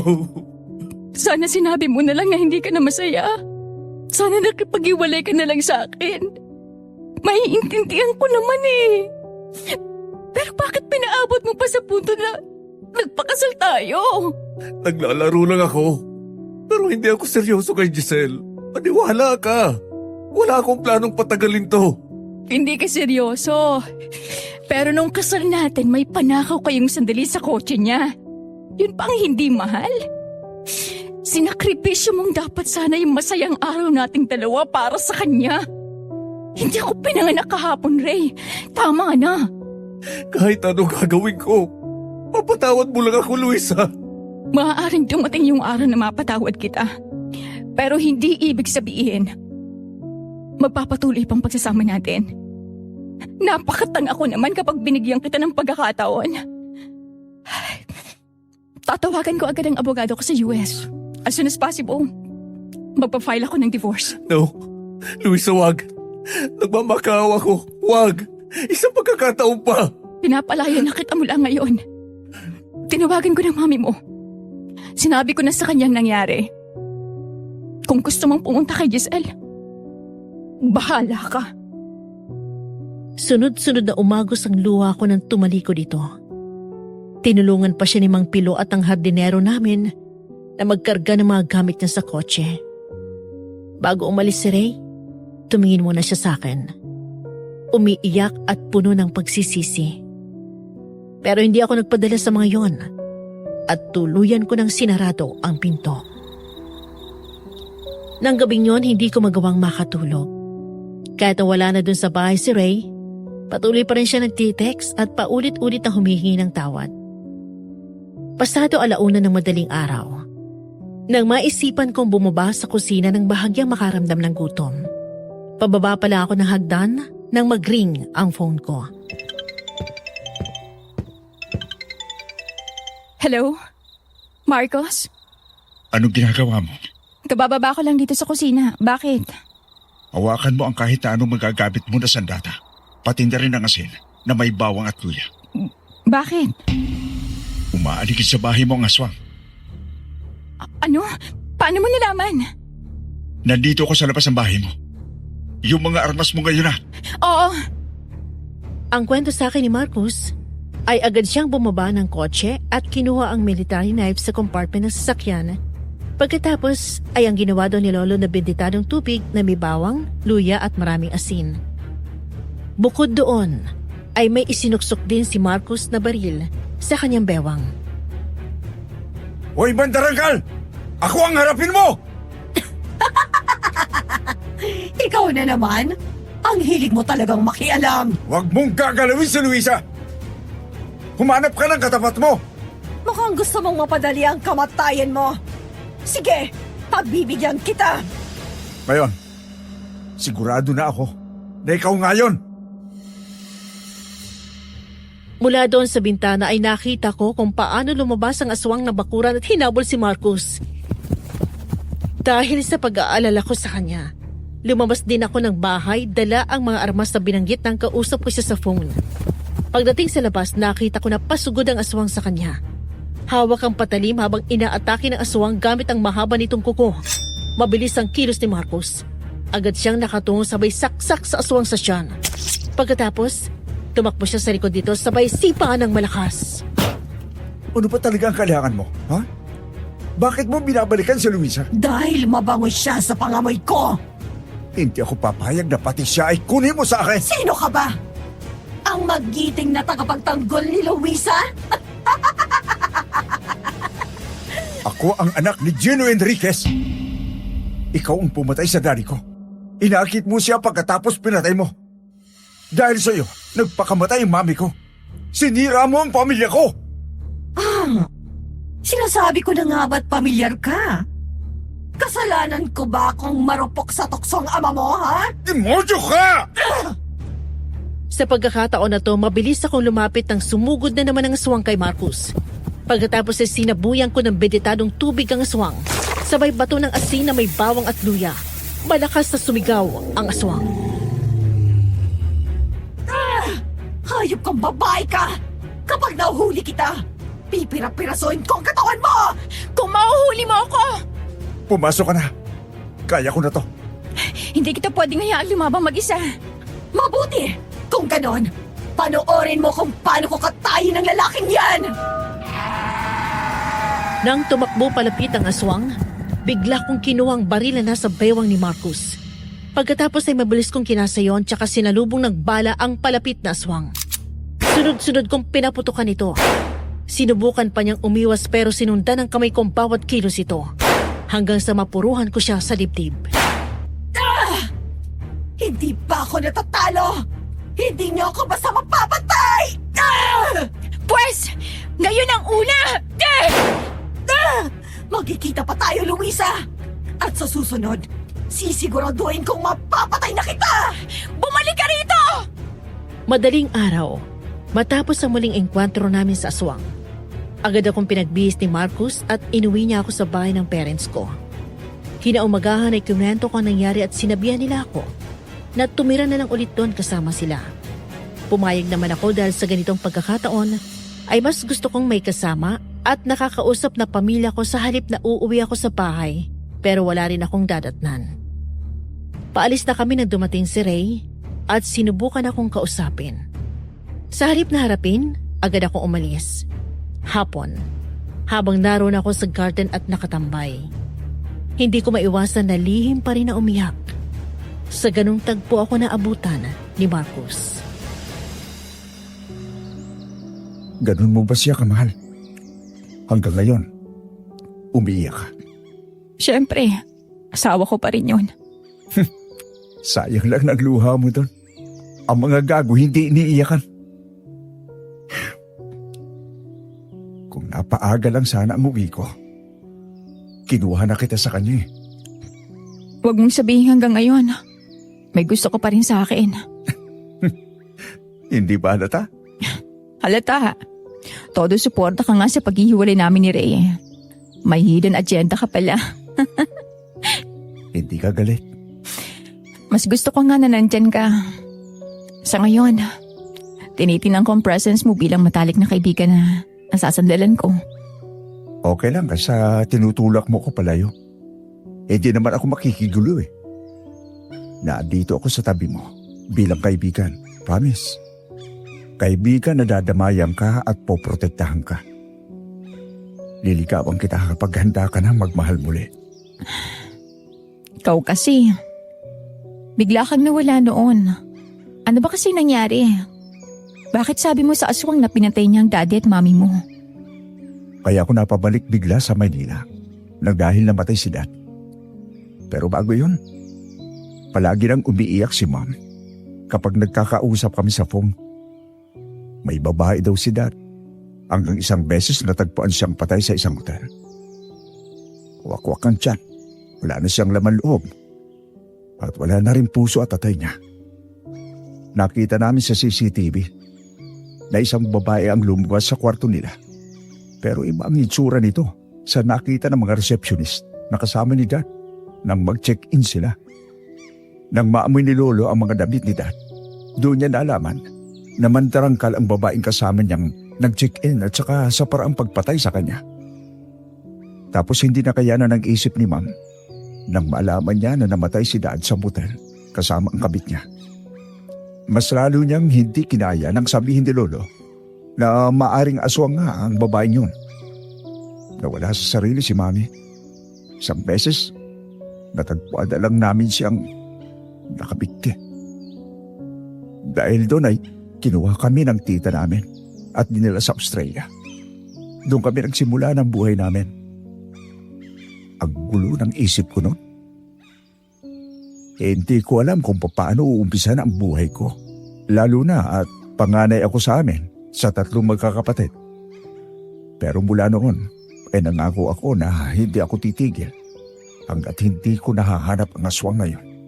Siya ba yung aswang na nakalaban natin? Oh, wala nang iba. Paano ka nakakasiguro? Yung amoy niya, pareho ng amoy na dumikit sa mga damit ni Dad. Isa yun sa dahilan kaya ayokong umalis sa tabi mo. Nakita ko ang paghihirap ni Mami dahil sa panloloko ni Daddy. Ayokong mangyari yun sa'yo. Marcos, salamat. Hindi ko deserve yung klase ng atensyon at pag-aalaga mo sa akin. Hindi. Ito ang deserve mo. Yung ganitong klase ng atensyon at pag-aalaga na dapat binibigay sa asawa. Pero, huwag na nga natin siyang pag-usapan. Lalo ka lang nalulungkot eh. Nga pala, pupunta rin ako sa opisina niyo bukas. May meeting kami ni Tito Philip. Sundin na lang kita. Sige. Kinabukasan pagdating sa office, sa kabila ng matinding pinagdaraanan ko, pinilit kong ipagpatuloy ang buhay ko gaya ng normal na araw. Gumising sa umaga at maghanda sa pagpasok. Ang kaibahan lang ngayon, wala na akong asawang aasikasuhin.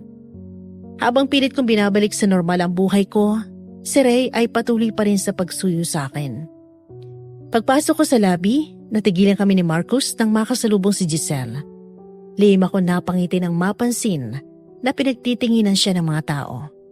Ibig sabihin, kumalat na sa lahat nang may koneksyon kay Giselle ang relasyon nila ng asawa ko. May inutusan ako mapagkakatiwalaan na ikalat ang ginawa ng dalawa sa kasal ko. Nang humarang sa daan ko ang kabit ng asawa ko, binigyan ko siya ng isang sarcastic na ngiti. Ngayon naiintindihan ko na. Ikaw siguro nagsabi sa daddy mo na i-pull out ang investment niya sa project ko. Dahil sa relasyon namin ni Ray, di ba? So? Walang hiya ka. Wow, chill. Mananampal ka kaagad eh. Totoo talagang kasabihan, no? Kung sino pa ang kabit, siya pa yung matapang. Ibang klase rin ang kapal na mukha mo, no? Sinira mong buhay ko. Pinakialaman mo ng negosyo ko. Pati ba naman pagkatao at pangalan ko sisirain mo pa? Hindi ko alam ang pinagsasabi mo. Kumalat ang balita tungkol sa relasyon namin hanggang sa opisina ko. Ngayon, gusto ng board na alisin ako sa posisyon. Kasalanan mo lahat to! Huwag mong isisi sa akin yan. Dahil ang tawag sa nangyayari sa'yo, karma. Kung naghanap ng ibang asawa mo, Ibig sabihin may pagkukulang ka. Kaya wag mong isisi sa akin kung naghanap ng iba si Ray. Pwede ba, Giselle? Huwag mong magamit-gamit sa kanyang linya na yan. Kung iniisip mo na makikipagsigawan ako sa'yo dito at tatalakan kita ng linyang layuan mo ang asawa ko, nagkakamali ka. Dapat nga maging masaya ka dahil pinamimigay ko na siya sa'yo. Iyon na ang asawa ko. Magpakasawa ka. Isaksak mo sa baga mo. Kaya kung wala kang sasabihin na matino, excuse me, may trabaho pa ako. Dahil masyado na kami nakakaagaw ng atensyon, binabuti ko ng umiwas kaya tinalikuran ko na siya. Pero hindi pa ako masyadong nakakalayo nang bigla akong hablutin ito sa braso. Akma akong sasampalin ito nang mapigilan kong kamay niya. Patulak kong binitawan ng kamay niya, sabay sampal sa kanya gamit ang likod ng palad ko. Huwag mo akong tatalikuran! Kung inaakala mo na kaya mo ko, pues, nagkakamali ka. Dahil ipapaalala ko sa'yo kung ano ka. Kabit ka lang! Kirida! Mistress! Mga agaw ng asawa!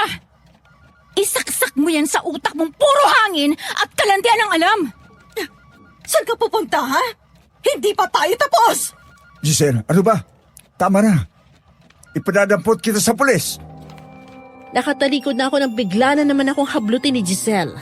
Akma akong sasampalin na naman ito. Pero agad na salag ni Marcos ang kamay nito. Maya-maya biglang umikot ang paningin ko.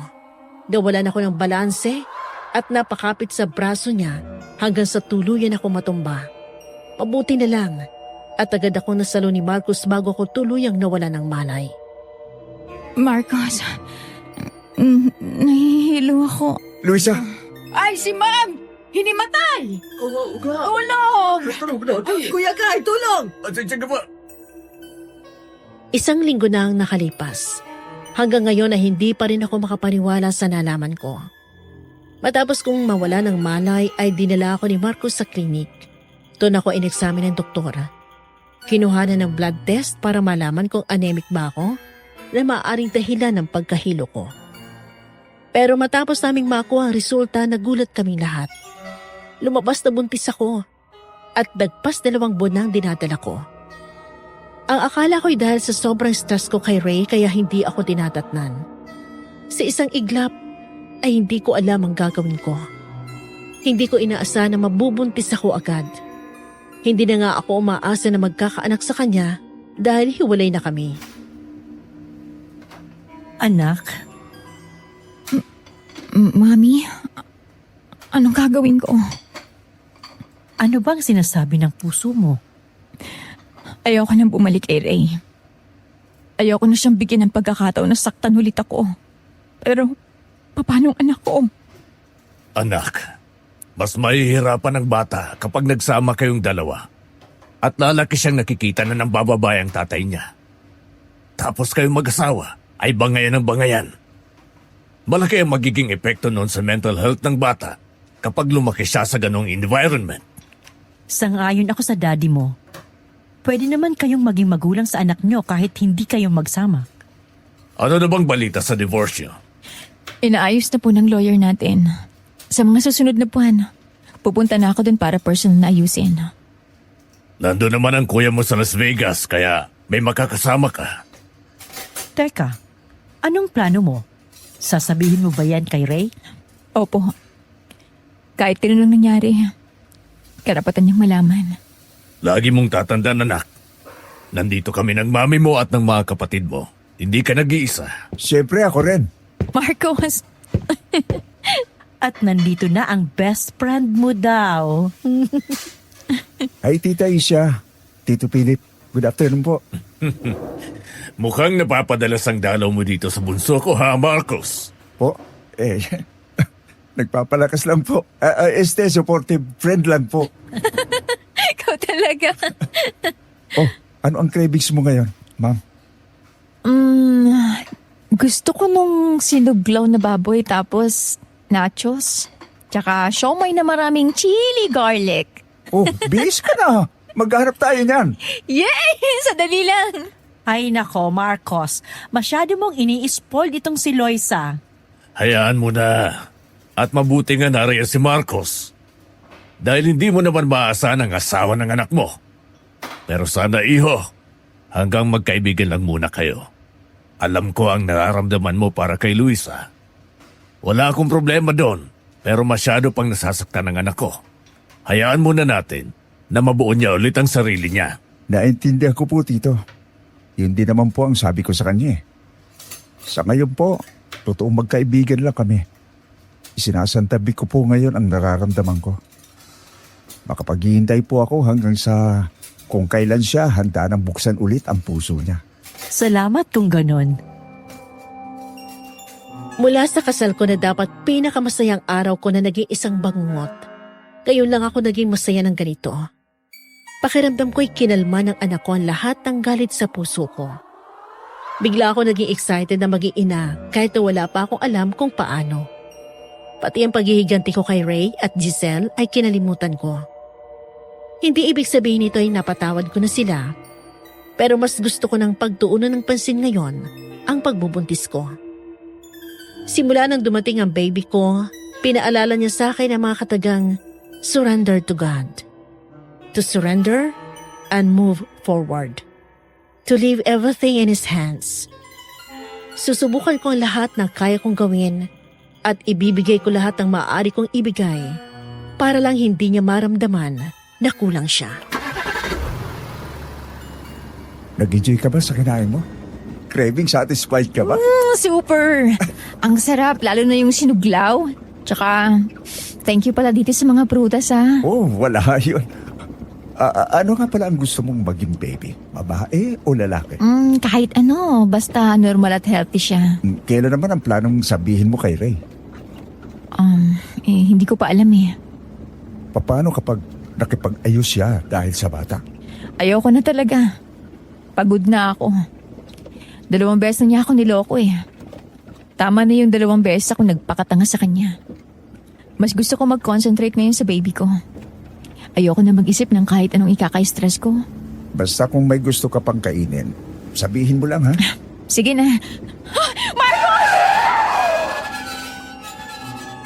Biglang hinarang ni Marcos ang isang braso sa akin sabay tapak sa preno. Matapos may babaeng biglang lumabas mula sa masukal na parte ng kakahuyan at tumawid. Mabuti na lang, mabilis na kabi ni Marcos ang manibela. Huminto ang kotse bago pa kami bumangga sa puno. Pagkatapos ay halos sabay kaming lumingon sa likod. Luisa! Ayos ka lang? Oo, may babaeng tumawid. Oo, nakita ko rin. Pero nasaan na yun? Biglang nawala? Bumaba kaya tayo. Wag. Iba ang pakiramdam ko dito. Anong ibig mong sabihin? Hindi tao yung nakita natin. Ang ibig mong sabihin? Aswang. Walang nakatira sa kakahuyan kaya wala siyang dahilan na pumunta dyan. Isa pa malalim na ang gabi.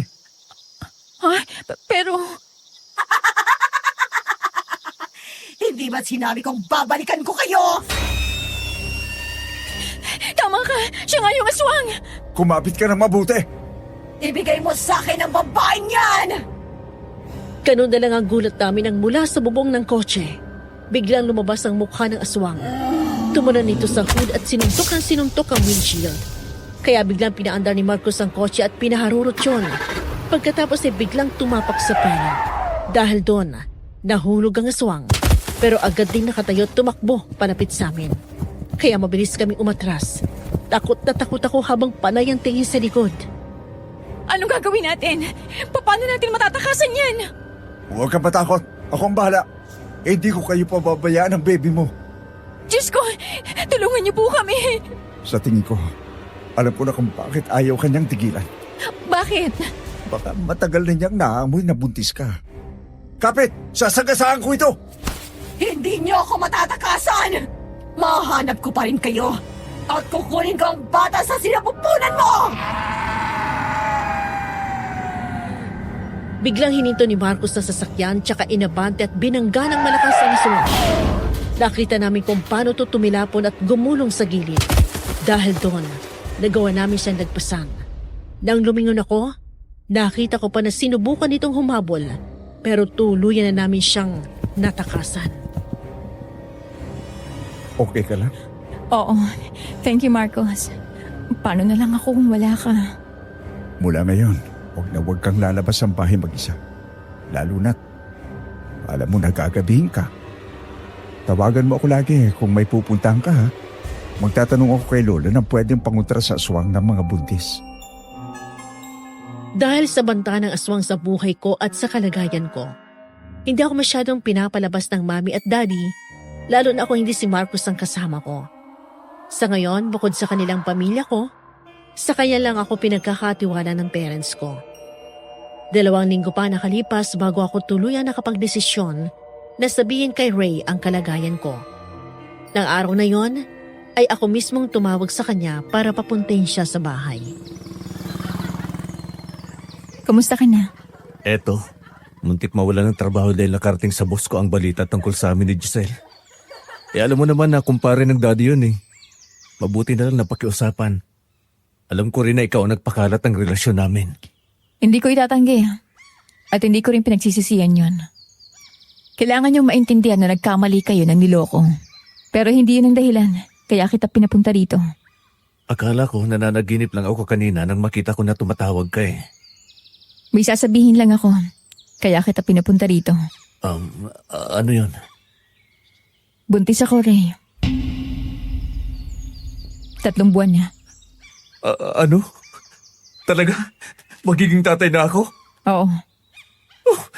Napakasaya ko, Han. Pangako, magiging mabuting ama ako. Aalagaan ko kayo mabuti. Magbabago na ako. Sinabi ko lang sa iyo ang kalagayan ko. Pero hindi ko sinabi magpabalikan tayo. Ha? Pero gusto kitang alagaan. Aaminin ko. May nararamdaman pa rin akong pagmamahal para sa iyo. Pero unti-unti nang nawawala yon. I'm sorry pero ngayong nakaharap na kita, kinumpirma lang nito na sa kabila ng nararamdaman ko, hindi na talaga kita kayang pakisamahan pa. Dahil sa tuwing nakikita kita, ang naaalala ko ay ang mga kababuyan niyo ng kabit mo. Huwag ka mag-alala. Hindi ko ipagkakait sa iyong anak mo. Kapag nanganak ako, pwede mo siyang bisitahin. Isa lang yung pakiusap ko. Huwag na huwag mong ilalapit ang anak ko sa kabit mo. Luisa, wala na ba talaga? Wala na. Masakit ka nang mahalin. Yung tiwala ko, wasak na. Masyado nang malaki yung damage. Hindi mo na kayang buuin pa. Patawarin mo ako, Luisa. Sising-sisi ako sa ginawa ko. Hindi ko rin alam kung bakit ko ginawa yun. Kung bakit ako ganito.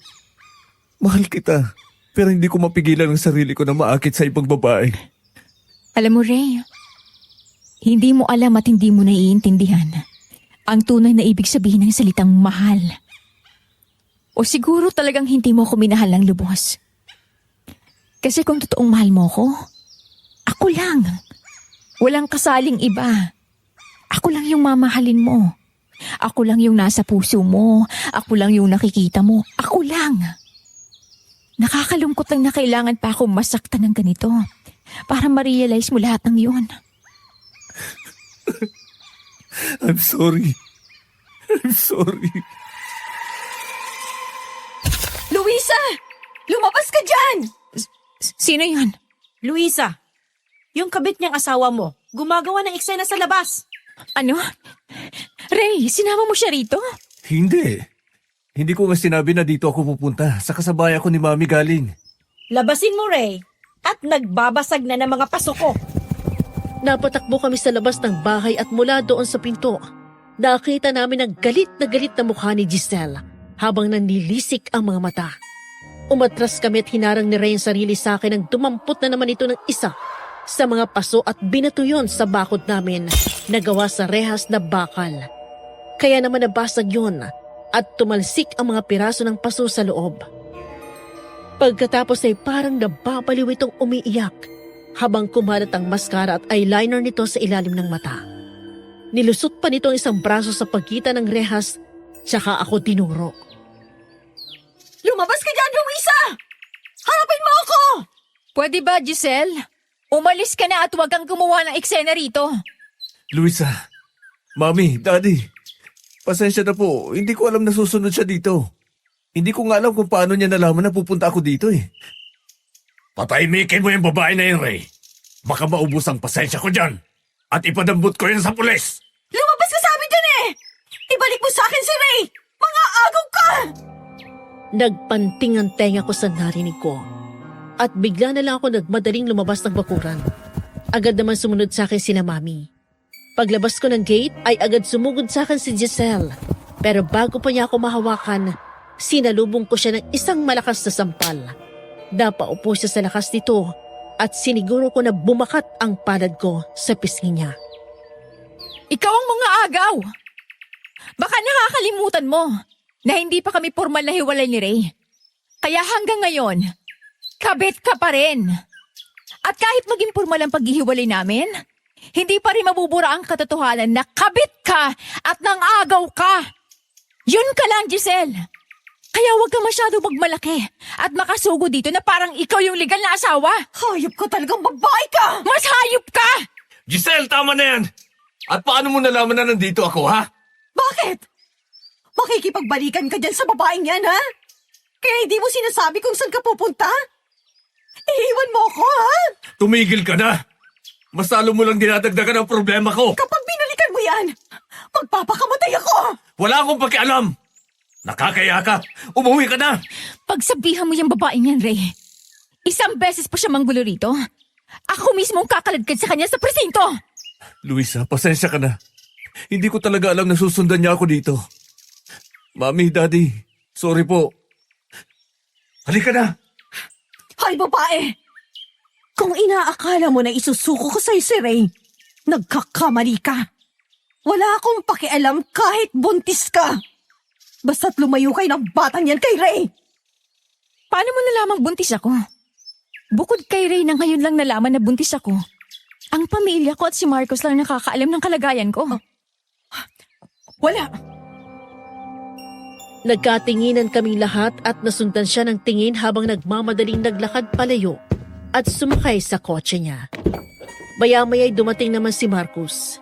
Nagtatakang lumipad ang tingin nito kay Ray. Paglapit ito, may dala siyang fresh flowers at ang mga food cravings ko na pinabili ko sa kanya. Nakita yun ni Ray at bumakas ang lungkot at selos sa kanyang mukha. Sige na, Ray. Umuwi ka na at kausapin mo ang babaeng yon. Opo. Hi, tita. Hi, tito. Ano nangyari dito? Nagwala ang Giselle na yon. Pero wag mo nang isipin. Mina, pakilinis nga dito sa labas. Opo, ma'am. Nakong babaeng yun talaga. Dinagdagan ng trabaho ko. Ay, syempre ilalagay ko na naman sila isa-isa sa bagong paso. Ay, kapag kabit talaga salot, makapuisit sa buhay. Mina, tama na yan. Opo, ma'am. Sorry po. Tapos na kayo mag-usap? Oo. Halikan sa loob. Dala ko na yung pagkain na gusto mo. Baka mamaya nagugutom na si baby. Kanina pa nga kami naghihintay sa iyo eh. Sige, Ray. Pasok na kami. Sige. Napangiti ako nang hawakan ni Marcos ang tiyan ko at marahan yung haplusin. Umakbay pa siya sa akin habang papasok kami. Bagya ako nakaramdam ng awa sa kanya nang makita ko na sinundan kami ng tingin ni Ray. Pero kailangan harapin at tanggapin ni Ray na ito ang kapalit ng panluloko niya sa amin. Ang mawala ng karapatan sa akin bilang asawa ko. Kinabukasan sa opisina ni Marcos, ang kwento niya sa akin habang abala siya sa ginagawa sa computer. May isang bisita na hindi niya inaasahan ang dumating, si Ray. Nang mga sandaling yon ay magkausap kami sa telepono. Tinawagan niya ako para tanungin ang pagkain na gusto kong kainin. Nang magkahiwalay kami ng asawa ko, hindi ko masyadong naramdaman na may kulang sa akin dahil kay Marcos. Ang mga dapat ay ginagawa ni Ray ay siya ang gumagawa. Kahit alam ko ang nararamdaman niya sa akin, hindi ko naramdaman na nagtitake advantage siya. Kapag may lakad ako, siya nagsisilbing driver, bodyguard at kaibigan rolled into one. Si Marcos ang palagi nakakausap ko. Siya rin ang kasama ko kapag tumitingin ako ng mga gamit ng baby. Marami nga nag-aakala na siyang asawa ko eh. Tuwing monthly check-up, siyang sumasama sa akin. Hindi dahil sa ayaw ni Ray, kundi dahil ako mismo ang ayaw siyang makasama. Hindi na ako komportable na kasama siya. Luisa, tawagan kita ulit mamaya. Huwag kang mag-alala. Pagdating ko dyan, dala ko na yung mga ingredients ng koto at lumpiang toge na gusto mo. Ako mismo magluluto para sa'yo. Yay! Thank you. Napaka-spoiled namin ni baby sa'yo. Paglabas niya, pa pala itatawag sa akin ang baby mo eh. Okay naman sa akin yon. O sige, hindi na kita aabalahin. Bye. Uwi ako dyan ng maaga. Nang ibaba niya ang tawag ay kaswal lang na tumingin si Marcos kay Ray na nakatayo sa harap niya. Nakasuksok sa bulsa ng pantalon na slacks ang kamay, habang ang galit na ekspresyon ng muka. Maya-maya'y tumayo si Marcos at inayos ang gamit na dadalhin para sa susunod na meeting na pupuntahan niya. Tatayo ka na lang ba dyan o magsasalita ka? Layuan mo si Luisa, Marcos. Lumayo ka sa asawa Sino ko. may sabi sa'yo? Ikaw? Oo. Asawa ko pa rin siya. At may karapatan pa rin ako sa kanya. Talaga? Kailan pa? Kasal niyo pa nga lang, hindi mo na itinuring na asawa si Luis eh. At naisip mo ba yung habang may ibang babae sa kandungan mo? Problema namin ni Luisa ito. Kaya huwag kang umepal. Lumayo ka sa kanya. Huwag mo akong utusan, Ray. Sino ka para sundin ko?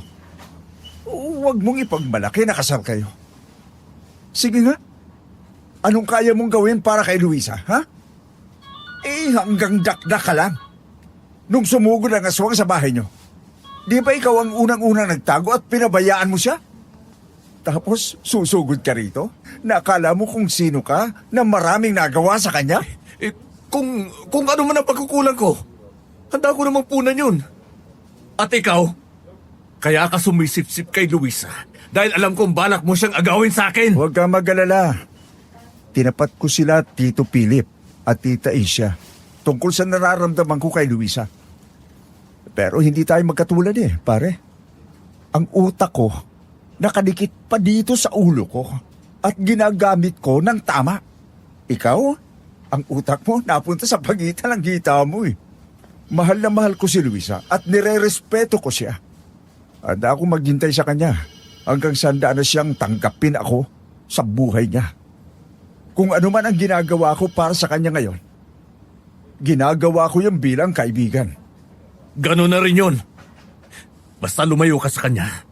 Dahil gagawin ko ang lahat. Bumalik lang siya sa akin. Ikaw ang lumayo sa kanya. Nasa iyo na si Luisa pero hindi mo pa inayos. Nung bumalik ako galing Australia, bala ko sanang ipagpatuloy ang naudlot na panliligaw ko sa kanya pero napalitaan ko na kayo na. Hindi ako nanggulo. Dumistansya ako. Ngayon, nagsisimula siya ng buhay na tahimik kasama ang magiging anak niya. Balak mo na namang guluhin? Hindi ka ba naaawa sa kanya? Hindi mo ba talaga naiintindihan yung sakit na binigay mo? Sa palagay ko nga, hindi. Dahil sa nakikita ko ngayon at sa mga sinabi mo, wala kang inisip kung hindi ang sarili mo at kung ano ang gusto mo. Alam mo kung anong problema mo, pare? Hindi ka marunong magpakalalaki. Selfish ka. Nambabae ka dahil yun ang gusto mo. Dahil masaya ka doon. At hindi inisip ang mararamdaman ng asawa mo. Ngayon babalik ka sa kanya? Dahil gusto mo rin? Ganun na lang ba kadali yun? Tanga ka ba? Kahit ano pang sabihin mo, hindi ako titigil hanggat hindi siya bumabalik sa akin. She gave you the second chance, man. Pero sinayang mo. Kung nawala man si Luisa sa'yo, it's all your fault. Kaya huwag mo akong uutusan, akala mo kung sino ka. Hindi ako papayag na saktan mo siya ulit. Pakakalis ka na. May meeting pa ako. Gabi. Pasado 7:30 na pero nasa opisina pa si Marcos. 4:00 pa lang nagsabi na to na hindi makakadaan sa bahay dahil sa dami ng trabaho. Kaya naisip ko na bumawi kahit sa simpleng paraan. Para sa lahat ng ginagawa niya para sa amin ng baby ko. Nagluto ako ng pork salpikaw na naalala ko na paborito niyang ulam at ang Japanese style na stir-fry vegetables na minsan na rin nabanggit ni Marcos na gustong-gusto niya. Nagdala na rin ako ng kanin at blueberry cheesecake na para sa aming dalawa. Hinatid ako na magpilo doon kung saan ako sinalubong ng guard. Paso! Hello? Pwede ka ba naming abalahin ni baby? Oh, Luisa, anong ginagawa mo dito? Dinalang ka ng dinner, tsaka makikikain na rin ako. Nagpahatid ako kay Mang Pilo para hindi ka na mag-alala. Ang saya ko naman. Agad iniwan ni Marcos ang ginagawa niya at tumapit sa akin. Nagulat pa ako nang bigla niya akong yakapin. Akala ko, bibitawan niya rin ako. Pero sa halip, nanatili lang ako nakakulong sa kanyang mga bisig. Isang mahigpit at mainit na yakap na noon ko lang naramdaman. Maya-maya'y narinig ko na lang ang mabigat niyang buntong hininga habang marahan na hinahaplos ang buhok ko. Salamat sa pagpunta. Hindi mo alam kung gaano ako kasaya ngayon. Ang dami mo na nga nagawa para sa akin, Marcos. Mula sa simula pa lang magka-problema ako. Hindi mo na ako iniwan. Dahil mas nasasaktan ako kapag nakikita kita nasasaktan. Sana hindi ka mainip sa paghihintay. Pero kapag may nakita ka na masigit sa akin, yung babaeng masusuklian agad yung damdamin mo para sa kanya, palalayain kita. Dahil gaya ng sinasabi mo sa akin dati, you deserve a better woman than me. You are the best woman for me. Handa akong maging ama ng baby mo. Ituturing ko siya na para sa akin. Thank you and I'm sorry. Huwag kang humingi ng tawad. Kagustuhan ko na gawin ito para sa iyo at masaya ko sa bawat araw na kasama kita. Ang kwento sa akin ni Marcos, nang gabing makauwi siya matapos akong ihatid sa bahay, ay agad daw siyang naligo matapos magpahinga. Dahil na rin sa pagod, ay agad daw siya nakaramdam ng antok. Sa estima niya ay higit 30 minuto na daw siya nakakatulog nang may maramdaman siyang dumagan sa ibabaw niya. Hinahalikan siya sa liig. Nang dumilat si Marcos, gano'n na lang daw ang gulat niya nang makita si Giselle sa ibabaw niya na hubot-hubad. Dahil doon ay naitulak niya ito at nahulog sa kama. Sabay balikpos ng bangon at bumaba sa kabilang gilid. Anong ginagawa mo dito? Paano ka nakapasok? Hindi na mahalaga kung paano. Mas importante na narito na ako at handa akong paligayahin ka. Hayop kang babae ka. Una si Ray. Ngayon naman ako? Why not? Na-realize ko lang na mas gwapo ka at mas yummy ka kay Ray. Kaya ko siyang iwan para sa'yo. Huwag mo akong itutulad kay Ray. Hindi mo ako madadaan sa landi mo. Mahal ko si Luisa. At hindi ko magagawang tumingin sa ibang babae, lalo na sa tulad mo. Oh, come on, Marcus. Huwag kang masyadong boring. Mula ngayon, Marcus, sa akin ka na. Sa akin ang katawan mo. At kakalimutan mo si Luisa. Sinubukan ni Marcos na umiwas pero mabilis nakababa ng kama si Giselle at kinorner siya. Niyakap nito ang braso sa leeg ng binata at naglaro ang daliri sa dibdib niya. Ngumiti daw ito ng nakakapang-akit. Habang nagsasalita ito, ang kwento niya sa akin, nakaramdam daw siya ng kakaiba ng tumingin ng diretso sa mata ni Giselle. Para daw may magnet doon na umaakit sa kanya. Daig pa daw niyang nahihipnotismo. Nang akma siyang hahalikan sa labi nito, nagulat ang babae. Nagbigla niya tong hawakan sa braso, sabay tulak ng malakas. Uulitin ko. Ibahin mo ako, hindi mo ako maaakit. Hindi ako pumapatol sa mga babaeng walang respeto at delikadesa sa sarili. Mas lalong ayoko sa babaeng nilalako ang sarili nila sa mga lalaki. Tinatanggihan mo ako? Walang sino man ang pwedeng tumanggi sa akin. Umalis ka na. Dahil hindi hamak na mas maganda si Luisa sa'yo. Bawiin mong sinabi mo! Lumayas ka rito! Dinampot daw ni Marcos ang damit na hinubad ni Giselle at pagkatapos ay kinaladkad palabas ng bahay. Dahil sa pagwawala nito, nagising maging si Lolo Fabian at ang kasambahay nila. Pagdating sa labas ng gate, tinulak ni Marcos ang babae at napaupo ito sa lupa sabay hagis ng damit niya. Pero may isang sinabi si Lolo Fabian na siyang ikinagulat niya. Apo, ang amoy na yun. Hindi mo ba nakikilala ang amoy na yun? Ang amoy ng aswang? Ang mandarangkal? Ikaw ang aswang? Ikaw ang aswang na gustong pumatay kay Luisa at ang pumatay sa daddy ko! Ako nga. Akong matagal mo nang hinahanap. Lolo! Ang armas! Ngayong alam mo na, papatayin ko kayong lahat. Dahil walang ibang pwedeng makaalam ng totoo. Lolo! Takbo sa loob! Bilis! Mabilis silang tumakbo pabalik ng bahay. Isasarado na lang nila ang pinto ng makahabol ang aswang. Nagpambuno sila sa pinto na pilit yung itinutulak ni Marcos pasarado, pero itinutulak din ito ng aswang pabukas. Bigla daw siyang umiwas nang sinubukan itong kalmutin siya nang maipasok ang kamay at pilit siyang inaabot. Baya-maya'y dumating si Lolo at binato ng asin ang aswang. Lumayas ka dito! Demonyo! Walang iya kang matanda ka! Nagkabalik ka ng bahay na pinasok. Marcos! Ngayon na! Opo! Habang binabato ni Lolo ng asin ang aswang ay naabot naman ni Marcos ang patalim na pilak ni Lolo Fabian na nakadisplay sa ibabaw ng console table malapit doon sa main door. Nang makuha niya yon, ay biglang binuksan ni Marcos ang pinto kaya nawalan ito ng balanse at halos sumubsob sabay saksak dito sa dibdib. Napaluhod ang aswang. Ang akala nila'y tuluyan na tong nanghina at mamamatay. Pero bigla siya nitong kinalmot at nahagip sa tagiliran. Dahil doon, nahugot niyang patalim at umatras kaya agad nakatakas ang aswang. Apo, may sugat ka. Okay lang po ako. Halika dito at nagabutin natin agad dyan. 2 linggo ang matuli na lumipas. Mula nang malaman ni Marcos ang totoong pagkatao ni Giselle, bigla itong nawala na parang bulak.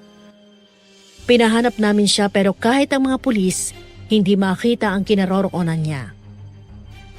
Lumapit na kami sa kakilala ni Lolo Fabian na magaling na albularyo at ang sabi niya ay nagtatago ito sa gubat. Sumugod ang mga kalalakihan doon, dala ang sulo at mga sibat. May natagpuan silang kubo at pinaniniwalaan na bahay ng aswang pero wala silang naabutan doon. Sinabi na rin namin kay Ray ang tungkol sa pagkatao ni Giselle. Pero kahit siya, wala daw alam na maaaring pinagtataguan ito. Nang gabing yon, daroon kami sa bahay at nagpupulong sa maaari pang puntahan ng aswang nang may biglang maisip si Marcos. Paano kung bantayan ko sa bahay si Ray? Sigurado kong babalik at babalik dun si Giselle. Pwede. Sasamahan kita. Delikado para sa kagaya mo. Dito ka lang. Hindi rin ako mapapakali dito. Tapos mag-isa ka lang doon. Mas lalo akong mag-aalala. Marunong akong lumaban. Magaling akong gumamit ng baril. Makakatulong ako sa iyo. Sige. Pero basta nagkagulo, alis ka kagad. Nanay Mina, sama po kayo sa amin. Kailangan na nating mapatay ang aswang na yan para matahimik na tayo. Pasado 9:00 na ng gabi nang makarating kami sa bahay na tinutuluyan ni Ray. Naroon lang kaming 3 ni Nanay Mina sa loob ng kotse. Sa hindi malamang dahilan, kinakabahan ako. Nakahanda ang mga armas gaya ng baril, patalim na pilak, at maging isang garapon ng asin. Maya-maya, nagkatinginan kami na may isang sasakyan na pumarada sa harap ng bahay ni Ray. Pagkatapos ay may isang babaeng bumaba doon at pumasok sa bakuran. Hindi yun si Giselle, dahil mas sigit na mas bata at mas sexy ito. Bumigat ang dibdib ko. Ang asawa ko na halos lumuhod sa akin para lang patawarin ko siya. Hayun, at iba na naman ang babae. Okay ka lang? Oo naman. Ay, nako ma'am. Buti nga't iniwan mo na yan. Hindi na magbabago yan. Tingnan mo nga, iba na naman yung babae. Hayaan na natin siya. Malapit na ako umalis para asikasuhin ang paghihiwalay namin. Sandali. Tatawagan ko si Lolo. Marcos siya po. Ano na ba ang balita dyan? Ako nang kakausap. Hello, Lolo. Wala po talaga dito si Giselle eh. Pero may ibang babae po na dumating. Ibang-ibang itsura. Malayo sa mukha niya. May mga aswang na kayang magpalit ang anyo nila bilang tao para mailigaw nila ang mga humahabol sa kanya. Baka mamaya ang babaeng yon ay ang mandarangkal. Sa tagal niyang nagtago, tsak na nakapagpalit na siya ng bagong anyo bilang tao. Sige po, Lolo. Papasukin na rin namin. Mag-iingat kayo, lalo ka na. Opo. Ako nang papasok sa loob. Kasama niya ako. Tsak na saradong pinto niya sa harap. Alam ko kung saan ka pwedeng dumaan. Sige, pero huwag kang susugod sa aswang. Hawakan mo itong isang baril. At huwag mong huhubarin ang medalyon na pinasuot sa iyo ng albularyo. Oo. Nang pumasok kami sa bahay ni Ray mula sa likod ng pinto, agad naming narinig ang malakas na ingay ng dalawa mula sa kwarto. Oo, desidido na ako makipaghiwalay. Pero ang marinig ko mismo ang halinghing ng mga ito habang nagtatalik ay parang patalim na muling sumaksak sa dibdib ko. Tumingin ako kay Marcus nang lumingon siya sa akin at naramdaman ko na hinawakan ako sa kamay. Hindi mo kailangan gawin to, Luisa. Dahil baka maaring mali tayo sa inala natin. Masasaktan ka lang lalo. Gusto ko silang makita. Sige. Sige na, pumasok na tayo. Doon ang kwarto niya. Naglakad kaming tatlo papasok sa bahay. Nasa sala na kami nang marinig namin na biglang nagbago ang tono ng boses ni Ray. May halo na yung takot kasunod ng malakas na sigaw. Nagkatinginan kami. Kung ganon, tama si Lolo Fabian. Yun nga ang aswang na matagal na naming hinahanap. Hanggang sa narinig namin nagsalita si Ray na takot pa rin. Anong nangyayari sa'yo? Bakit nagkakaganyan ang mukha mo? Nagsasawa na ako sa'yo. Kaya ito ng katapusan mo! Wag! Marcos! Marcos, sirain mo ng pinto! Mabilis na nilipitan ni Marcos ang kwarto sabay sipa ng malakas sa pinto. Nang bumukasyon, halos sabay na lumingon ang dalawa. Parehong hubot-hubad habang nakasakay sa ibabaw ni Ray ang babae. Natulala ako sa nakita ko. Hindi siya 100% nagbago ng anyo bukod sa pagbabago ng mukha nito. Ngunit kahit na nasa harap namin ng aswang, mas nakaramdam ako ng galit sa halip na takot. Luisa! Kayo na naman! Ano akala mo? Maluloko mo kami? Kahit ilang beses ka pang magpalit ang mukha mo, malalaman pa rin namin ang totoong katauhan mo. Tumigil ka na, Giselle! Hanggang dito ka na lang! Hindi! Hindi! Biglang sumugod ang aswang kay Marcos. Tumakbo ito paatras hanggang sa napaupo sa coffee table nang tumama doon ang likod ng kanyang binti.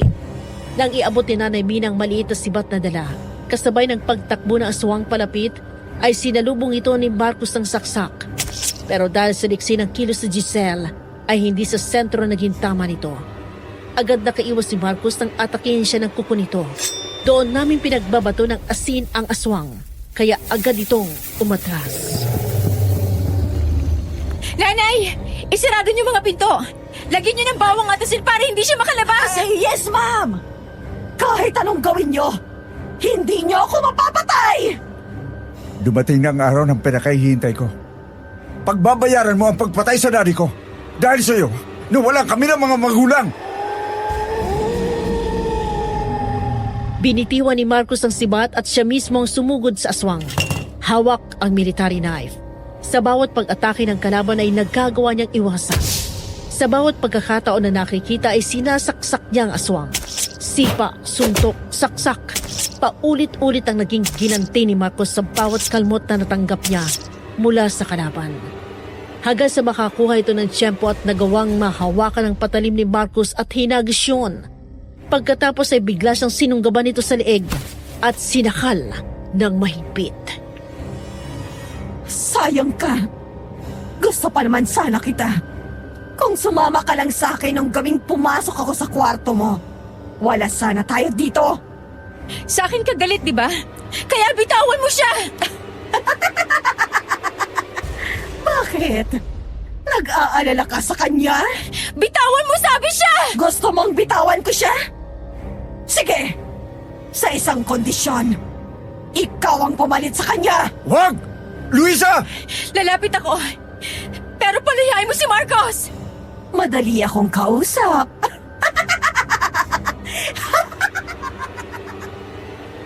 Gumisi ang aswang at hinagis nito si Marcos. Tumama siya sa pader kung saan may nakasabit na painting kaya nahulog yon at nabasag ang salamin nito. Pagkatapos ay dahan-dahan akong lumapit sa kanya. Walang takot, walang emosyon sa mukha ko. Nang tumayo ako sa harap nito, bigla akong sinakal ng aswang. Saka ako inamoy at hinawakan sa tiyan. Ang sanggol sa sinapupunan mo. Akin na siya! Bakit lahat ng mahal ko ay gusto mong kunin? Wala! Dahil gusto ko. Yun ang nagbibigay sa akin ng hamon. Ang angkinin ng mga lalaking pag-aari ng iba. Pinaubaya ko na sa'yo si Ray, diba? Ayoko na sa kanya. Sawang-sawa na ako. Gusto ko naman ng bagong kalaro. Pero bago yon, ito munang sanggol na ito ang kukunin ko! Kung makukuha mo! Mula sa tinatago kong baril sa likod ay bigla kong nilabas yun at tinutukan siya sa dibdib. Pagkatapos ay binaril siya doon ng 2 beses. Nabitawan ako ng aswang at umatras. Hindi pa ako nasiyahan sa ginawa ko at tinutukan ng aswang sa noo. Saka ko siya binaril ulit doon. Sa isang iglap, bumagsak ang aswang na walang buhay. Unti-unting bumalik sa dati ang anyo nito na parang isang malaking praying mantis. Ay, salamat sa Diyos, wala na ang aswang. Kung alam ko lang na siya ang aswang, matagal ko na sanang binaril yan. Luisa, sandali lang. Magpapaliwanag ako. Few days ago, sinabi mo sa akin na magbabago ka na. Nakita kita kanina kung paano kang umiti pagkakita mo sa babae. Sa harap ko kung makapagsabi ka na nagsisisi ka, may paiyak-iyak ka pang hayop ka. Pero kapag nakatalikod ako, dating gawi ka pa rin.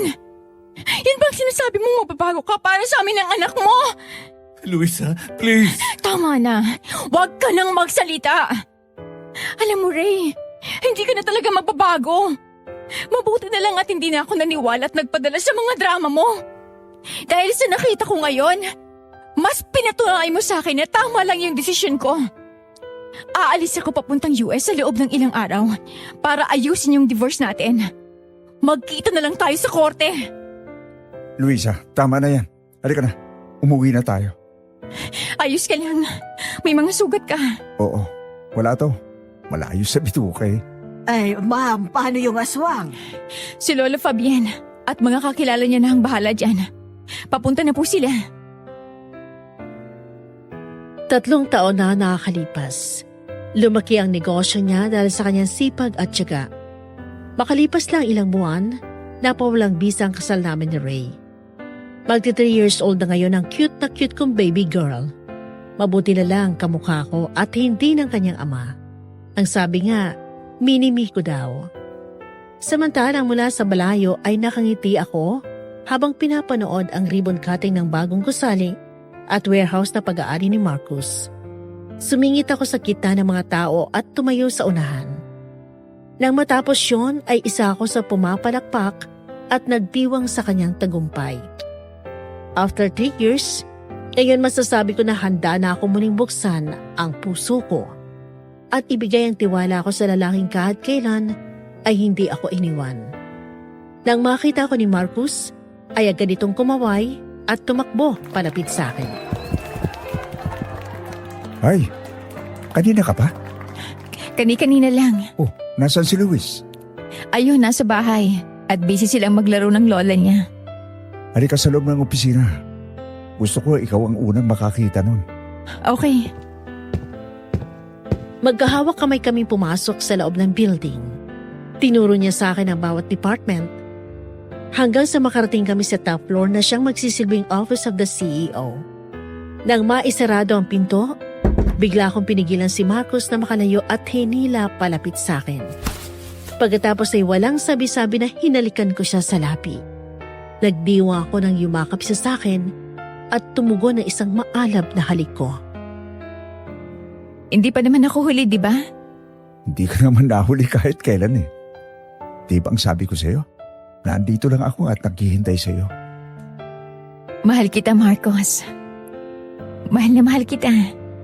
Ngayon handa na ako. Handa na akong papasukin ka sa buhay ko. Kailangan kita. Kailangan ka namin ni Luis. Then, marry me. Gagawin kitang pinakamasayang babae sa buong mundo. Agad? Oo, agad. Dahil ganun kita kamahal. Ganun ako kasigurado sa nararamdaman ko sa'yo. Mahal na mahal kita, Luisa. Kung ganon, edi yes! I will marry you! Sa wakas, natupad na rin ang pangarap ko. Ang mahalin mo rin ako.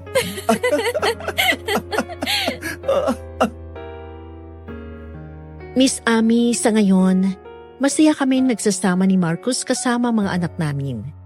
Si Luis ay formal na niyang inadapt. After all, mula sa panganganak at pag-aalaga ay si Marcos ang kasama ko. Sa kanya ko naramdaman ang kapayapaan. Kahit wala siya sa tabi ko, kalmado ang puso ko dahil confident ako sa pagmamahal niya sa akin. Dahil mula noon hanggang ngayon, hindi niya ako kailanman binibigyan ng dahilan para magduda o magselos ako. Kami naman ni Ray ay maayos ang relasyon bilang magulang sa anak namin. Bago nagdesisyon si Marcos na i-adapt si Luis at nag-usap silang dalawa hanggang sa pumayag ito. We're not friends. Nag-uusap kami pero civil lang at tungkol palagi sa bata. Bumalik siya ng New York matapos ang divorce namin at doon na nagbagong buhay. Kapag umuwi siya dito sa Pilipinas, hindi siya nakakalimot na dumalaw kay Luis.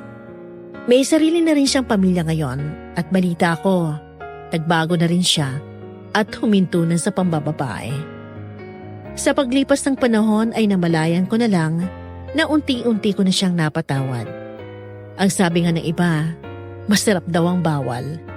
Pero kapalit ng sarap ay ang mapait na katotohanan na sa paggawa natin ito, katumbas ay maaaring pagkawala ng mga taong importante sa buhay mo. Magigising ka na lang isang umaga na wala na sila sa iyo at huli na palang lahat. Hanggang dito na lamang at maraming salamat po sa inyong pagsubaybay. Nagmamahal, Luisa.